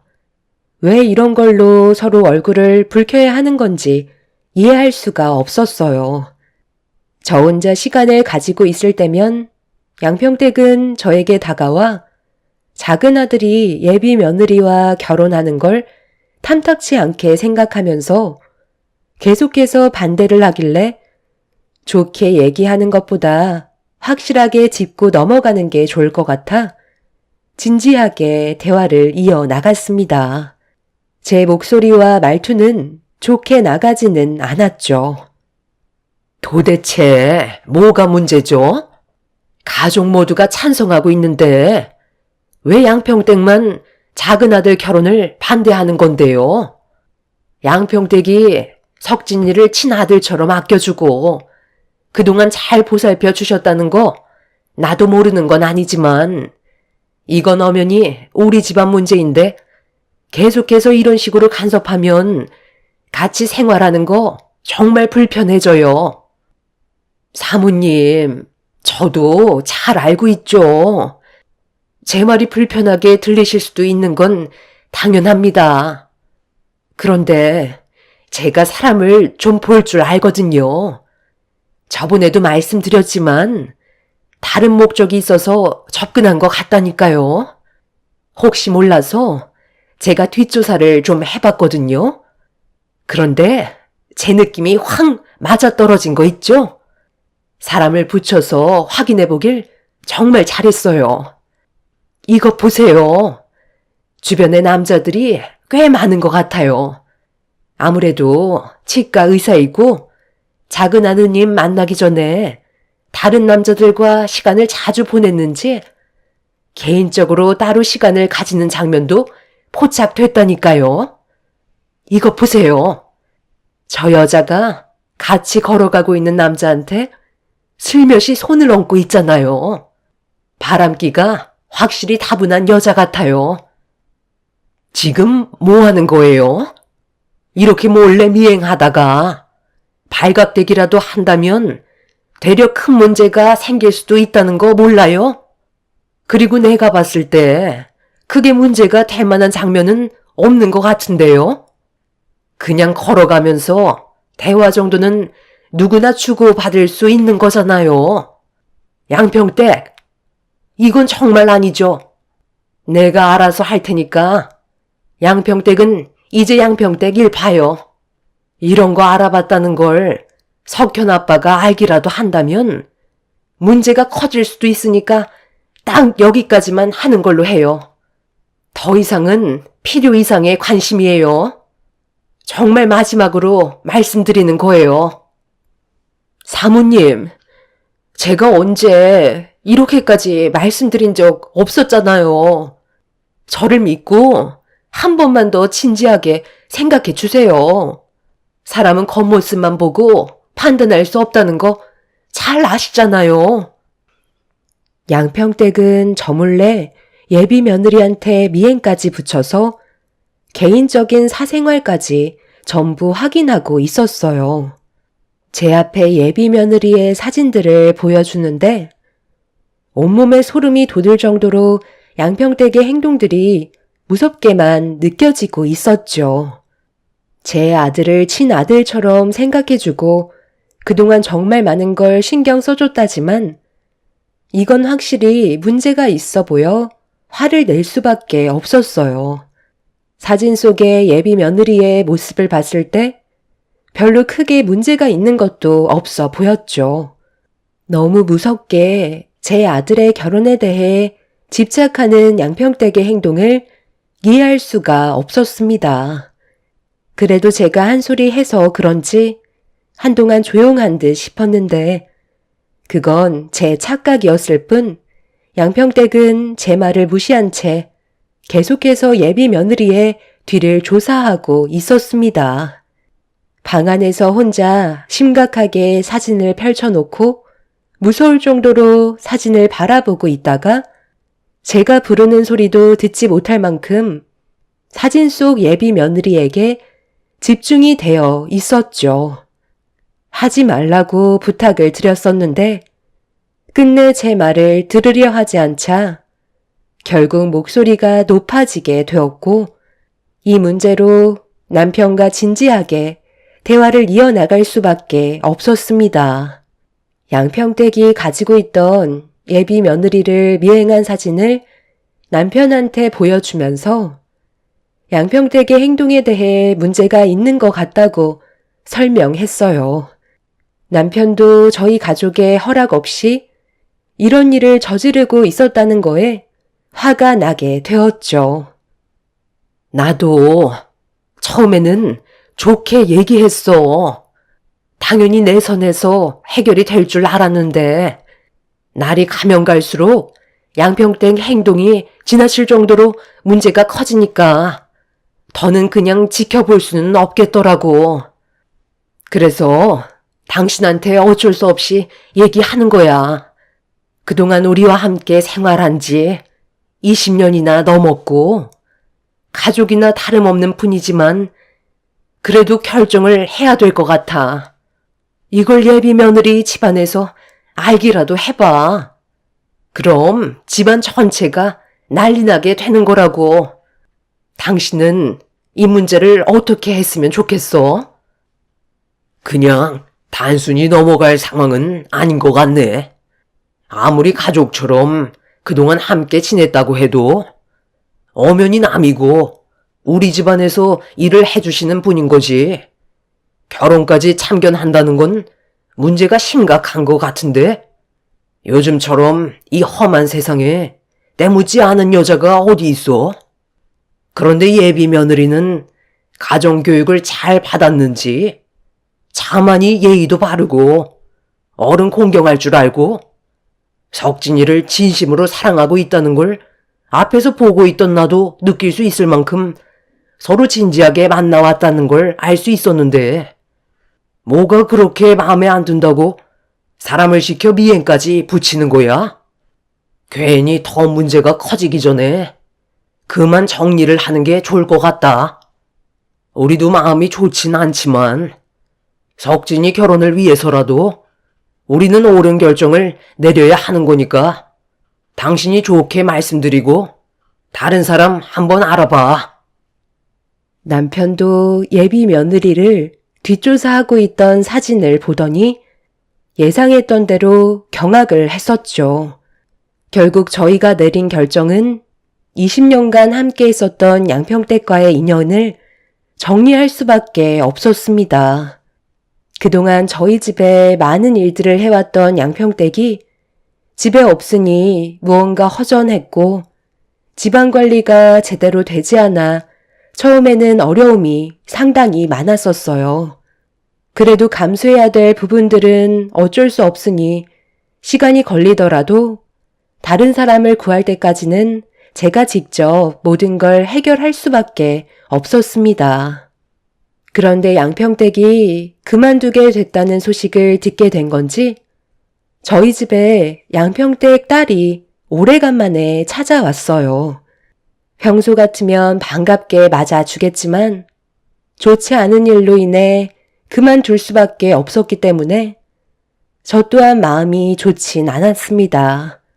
무슨 일 때문에 온 건지 물어보니 양평댁이 집에서 많이 힘들어하고 있다며 다시 받아달라는 말이었어요. 우리도 정말 힘들게 결정한 거고, 지금도 마음이 편치는 않아. 너도 우리 집에서 꽤 오래 지냈었잖아? 우리 애들 독립하기 전까지 같이 있었고, 너를 딸처럼 생각하며 많은 시간을 보냈었는데, 이런 일이 생겼으니 우리도 얼마나 마음이 안 좋겠니? 그런데 이건 우리 가족 문제인 거잖아. 정말 이 결정이 잘못된 거라 해도 우리가 감수해야 되는 거라고. 충분히 시간을 가지고 결혼을 허락한 건데, 너희 엄마가 중간에서 결혼은 절대 안 된다면서 미행까지 붙였는데, 그걸 그냥 보고만 있을 수는 없는 거잖아. 날이 가면 갈수록 점점 더 심해지는 것 같아. 이대로 가다간 더 사이가 안 좋아질까봐 이쯤에서 그만하기로 결정한 거다. 네, 무슨 말씀이신지 이해할 수 있을 것 같아요. 여기 오기 전에 저희 엄마한테 어떤 상황인지 듣긴 했었어요. 제가 봐도 좀 지나친 것 같긴 해요. 아마 저희 엄마는 진짜 가족처럼 생각해서 걱정되는 마음에 그렇게 하셨던 것 같아요. 지금 너무 힘들어하고 계셔서 제가 다시 부탁드리려고 온 거예요. 양평댁이 저희 집에 면접을 보러 왔을 때 옆에는 딸이 하나 있었어요. 삶이 많이 힘들어 보여 남편과 상의한 끝에 저희 집에서 함께 생활하기로 했었죠. 학창 시절을 제 아들과 함께 보냈었기 때문에 저 또한 양평댁 딸을 친딸처럼 생각할 수밖에 없었습니다. 저희 가족 같은 경우 아들만 둘이라 양평댁 딸이 제 눈에 많이 들어왔었고 많은 것들을 신경 써 주었죠.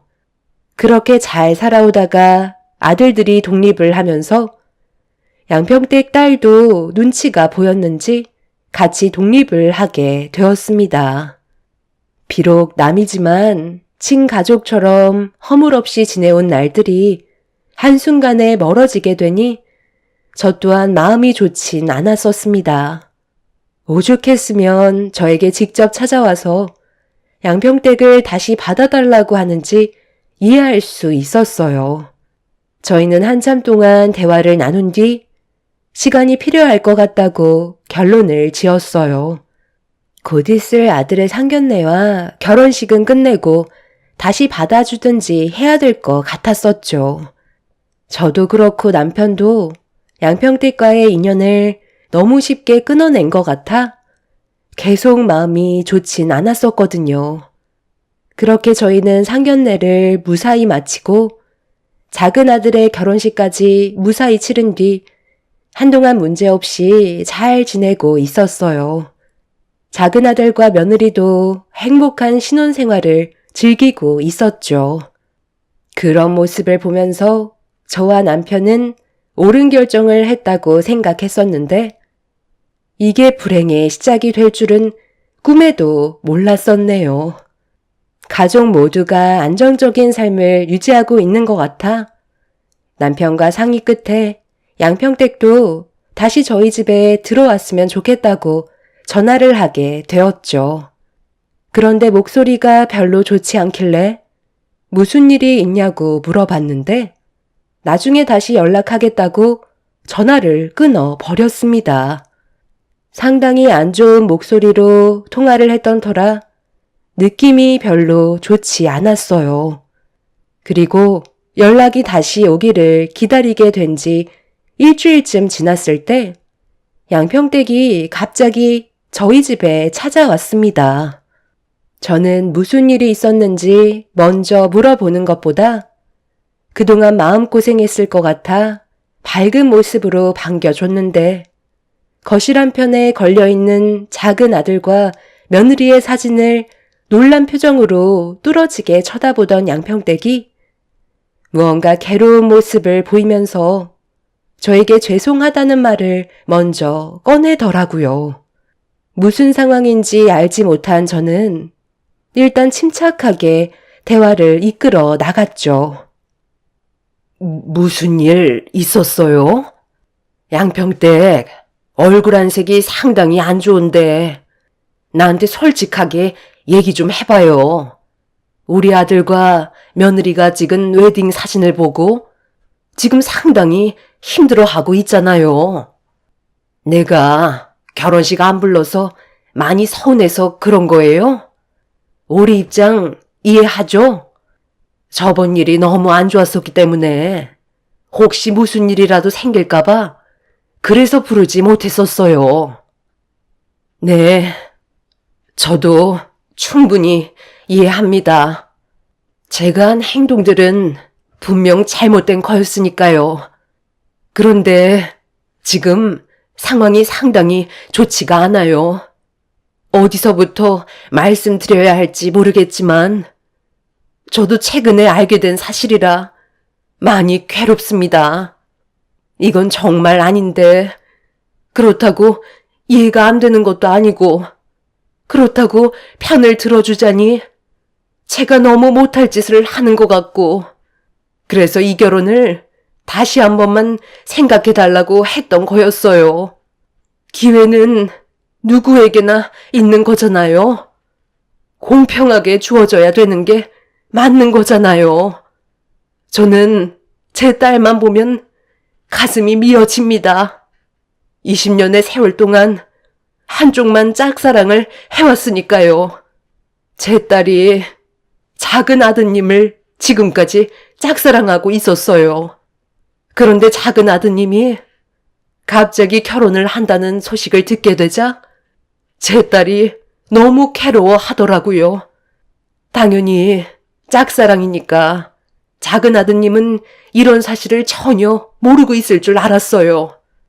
그런데 알고 보니 그게 아니었더라고요. 작은 아드님도 제 딸이 자기를 좋아하고 있는 줄 알고 그걸 지금까지 이용하면서 가지고 놀고 있었다고요. 그게 지금 무슨 말이에요?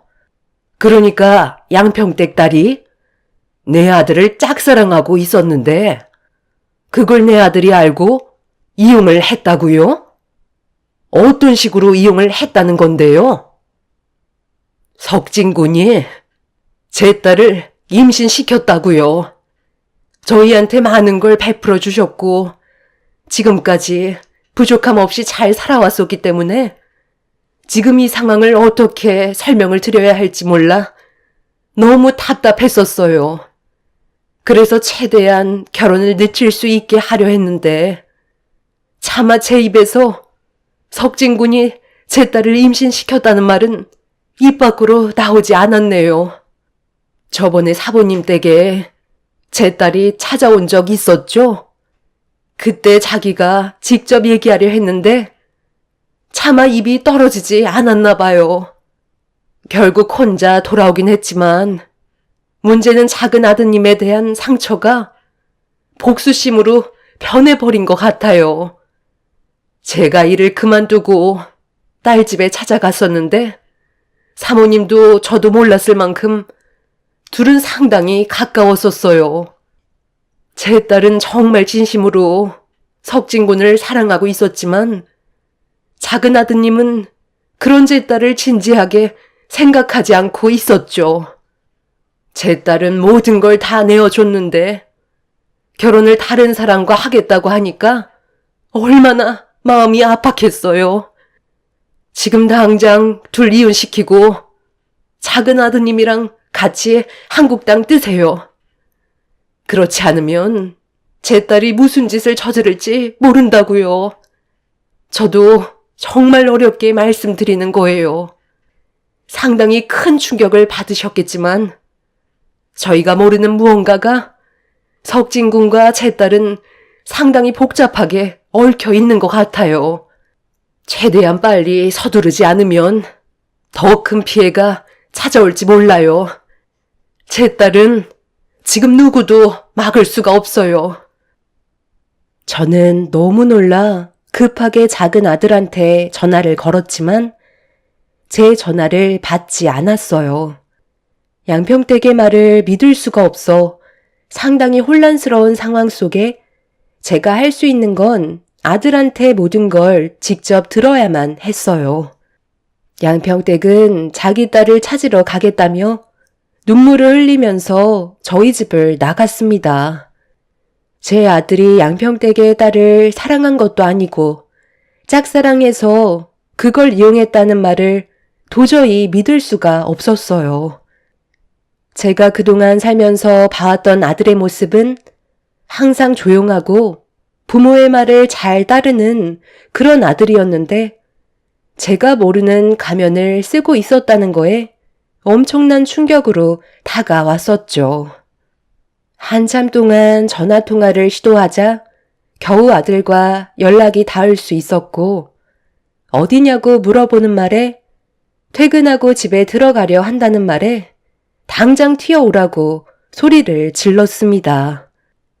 양평댁 딸이 임신했다는 걸 제 아들이 아는지 모르는지 확실하게 짚고 넘어가야 했어요.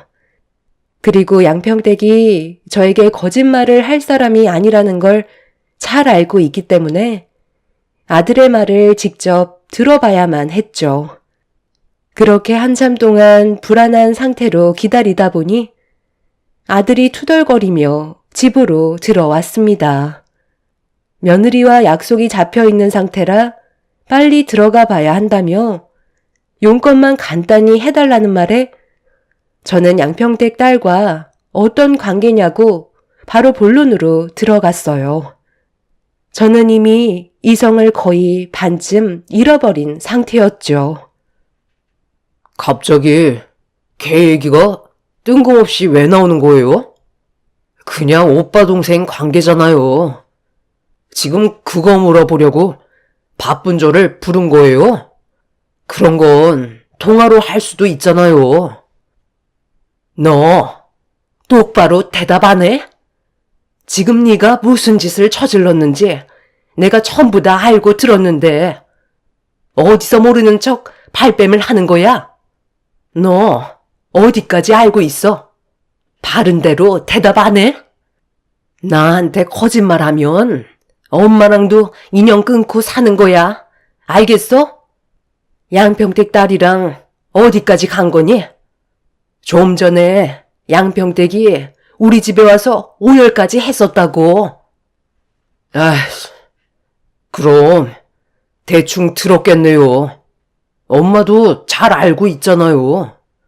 어렸을 적부터 저 좋다고 따라다녔었던 거 몰라요?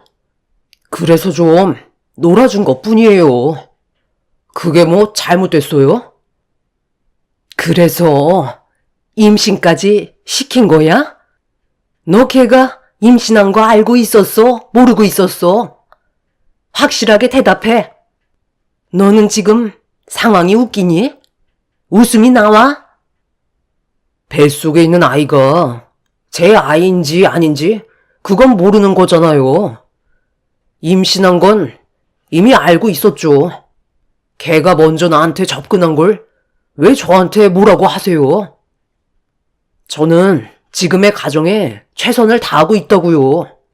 걔 인생은 원래 그런 거니 그냥 그렇게 살라고 내버려 둬요.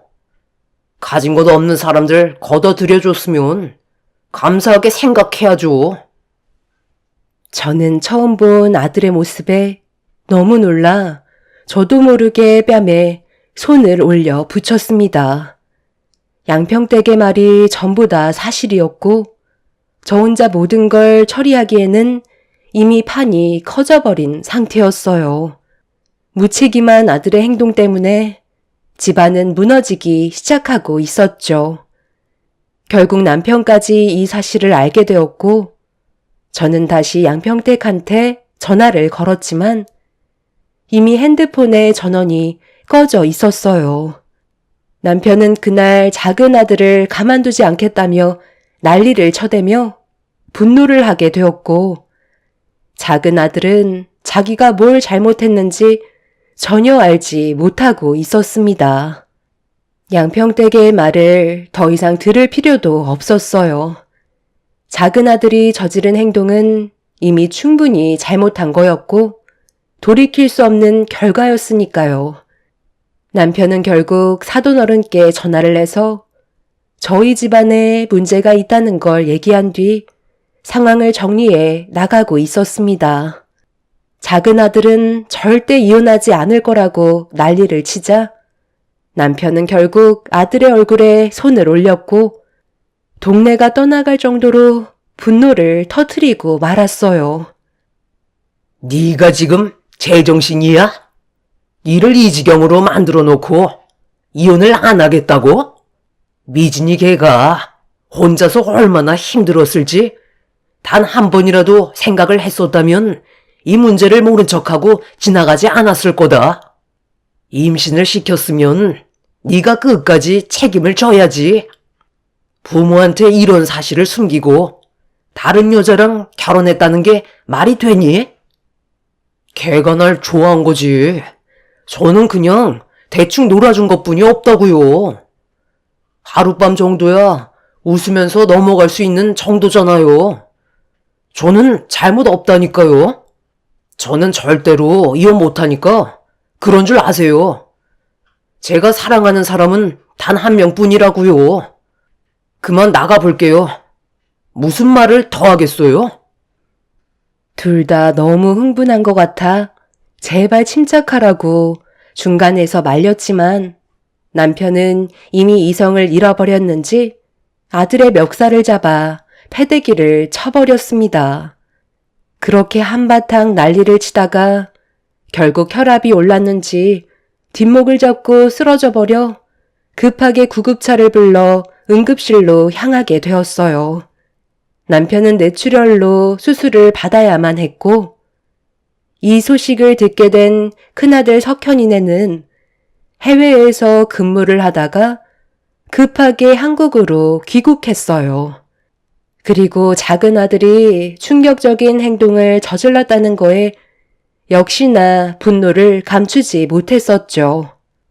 남편은 다행히도 큰 문제는 면할 수 있었지만 그날 이후 병원에서 장시간 치료를 받아야만 했고 작은 아들은 결국 이혼을 하고 말았습니다. 저희는 100번 고개를 숙이며 죄송하다는 말과 함께 위자료를 물어줄 수밖에 없었어요. 작은 아들은 본인이 뭘 잘못했는지 끝까지 인정하지 않고 자기 멋대로 살기 시작했어요.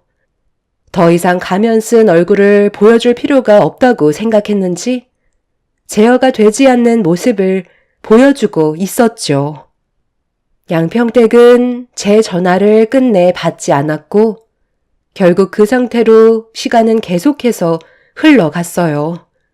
작은 아들이 양평댁 딸이 살고 있던 집 주소를 알려줬지만 이미 다른 곳으로 이사를 했는지 그곳에는 인기척도 없었습니다.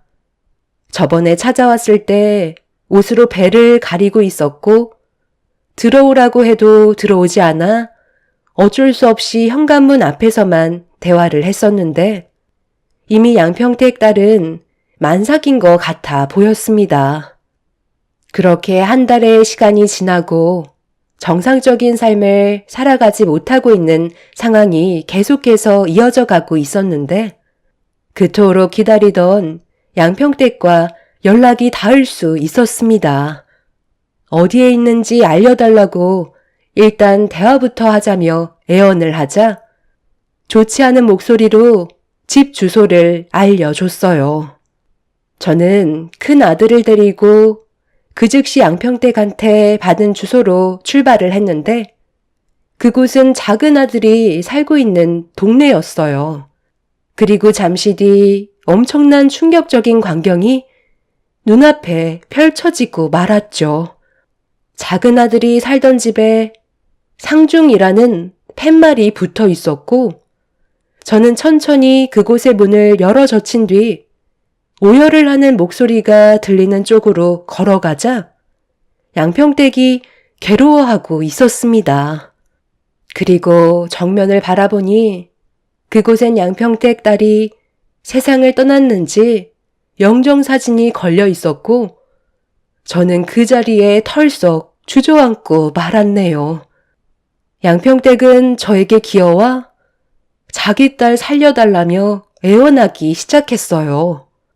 어떻게 된 일인지, 왜 그동안 연락이 없었는지 물어봤습니다. 충분히 좋게 해결할 수 있는 문제였는데 이렇게까지 안 좋은 상황으로 만들었는지 이해할 수가 없었어요.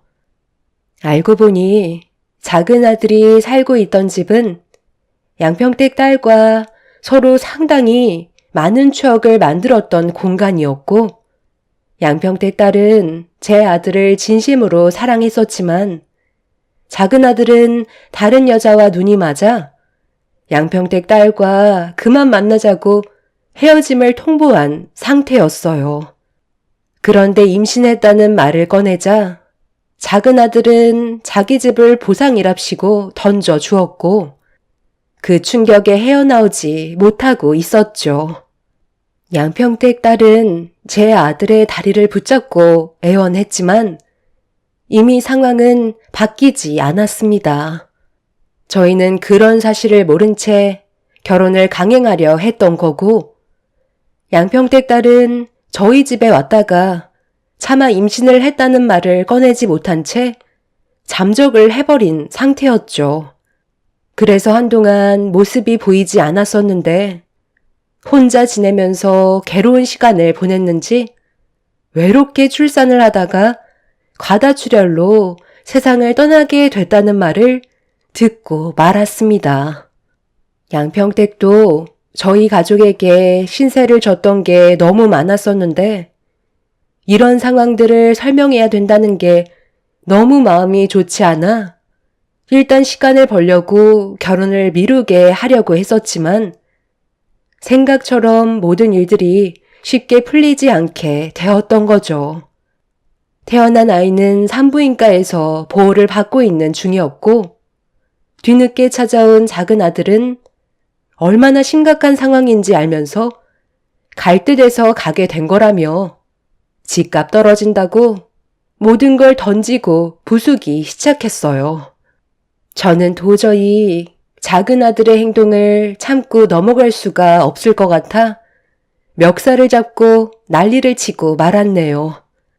한바탕 작은 아들과 난리를 치다가 저를 뿌리치며 밖으로 뛰쳐나간 아들은 두 번 다시 돌아오지 않았습니다. 저는 양평댁한테 정말 미안하다며 고개를 숙였고 장례까지 전부 다 치러준 다음 아이를 저희가 돌보는 걸로 해결을 보게 되었어요. 개차반 같은 아들 때문에 이런 비통한 일들이 펼쳐져서 너무 힘들었었는데 얼마 전에 충격적인 사건이 터지고 말았습니다.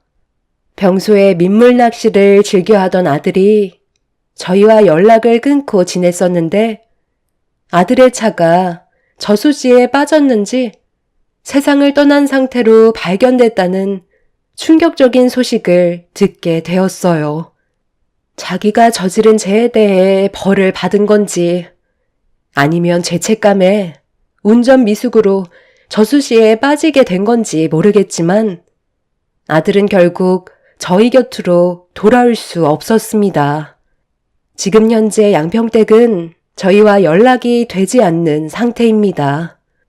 아이만 저희한테 넘겨주고 자취를 감춘 상태죠.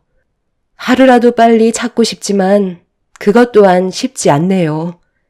앞으로 저희 가족이 어떻게 살면 좋을까요?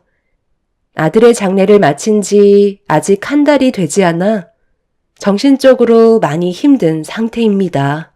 이런 일들이 저희 가족에게 일어났다는 게 믿기지가 않네요. 제 사연 들어주셔서 감사합니다.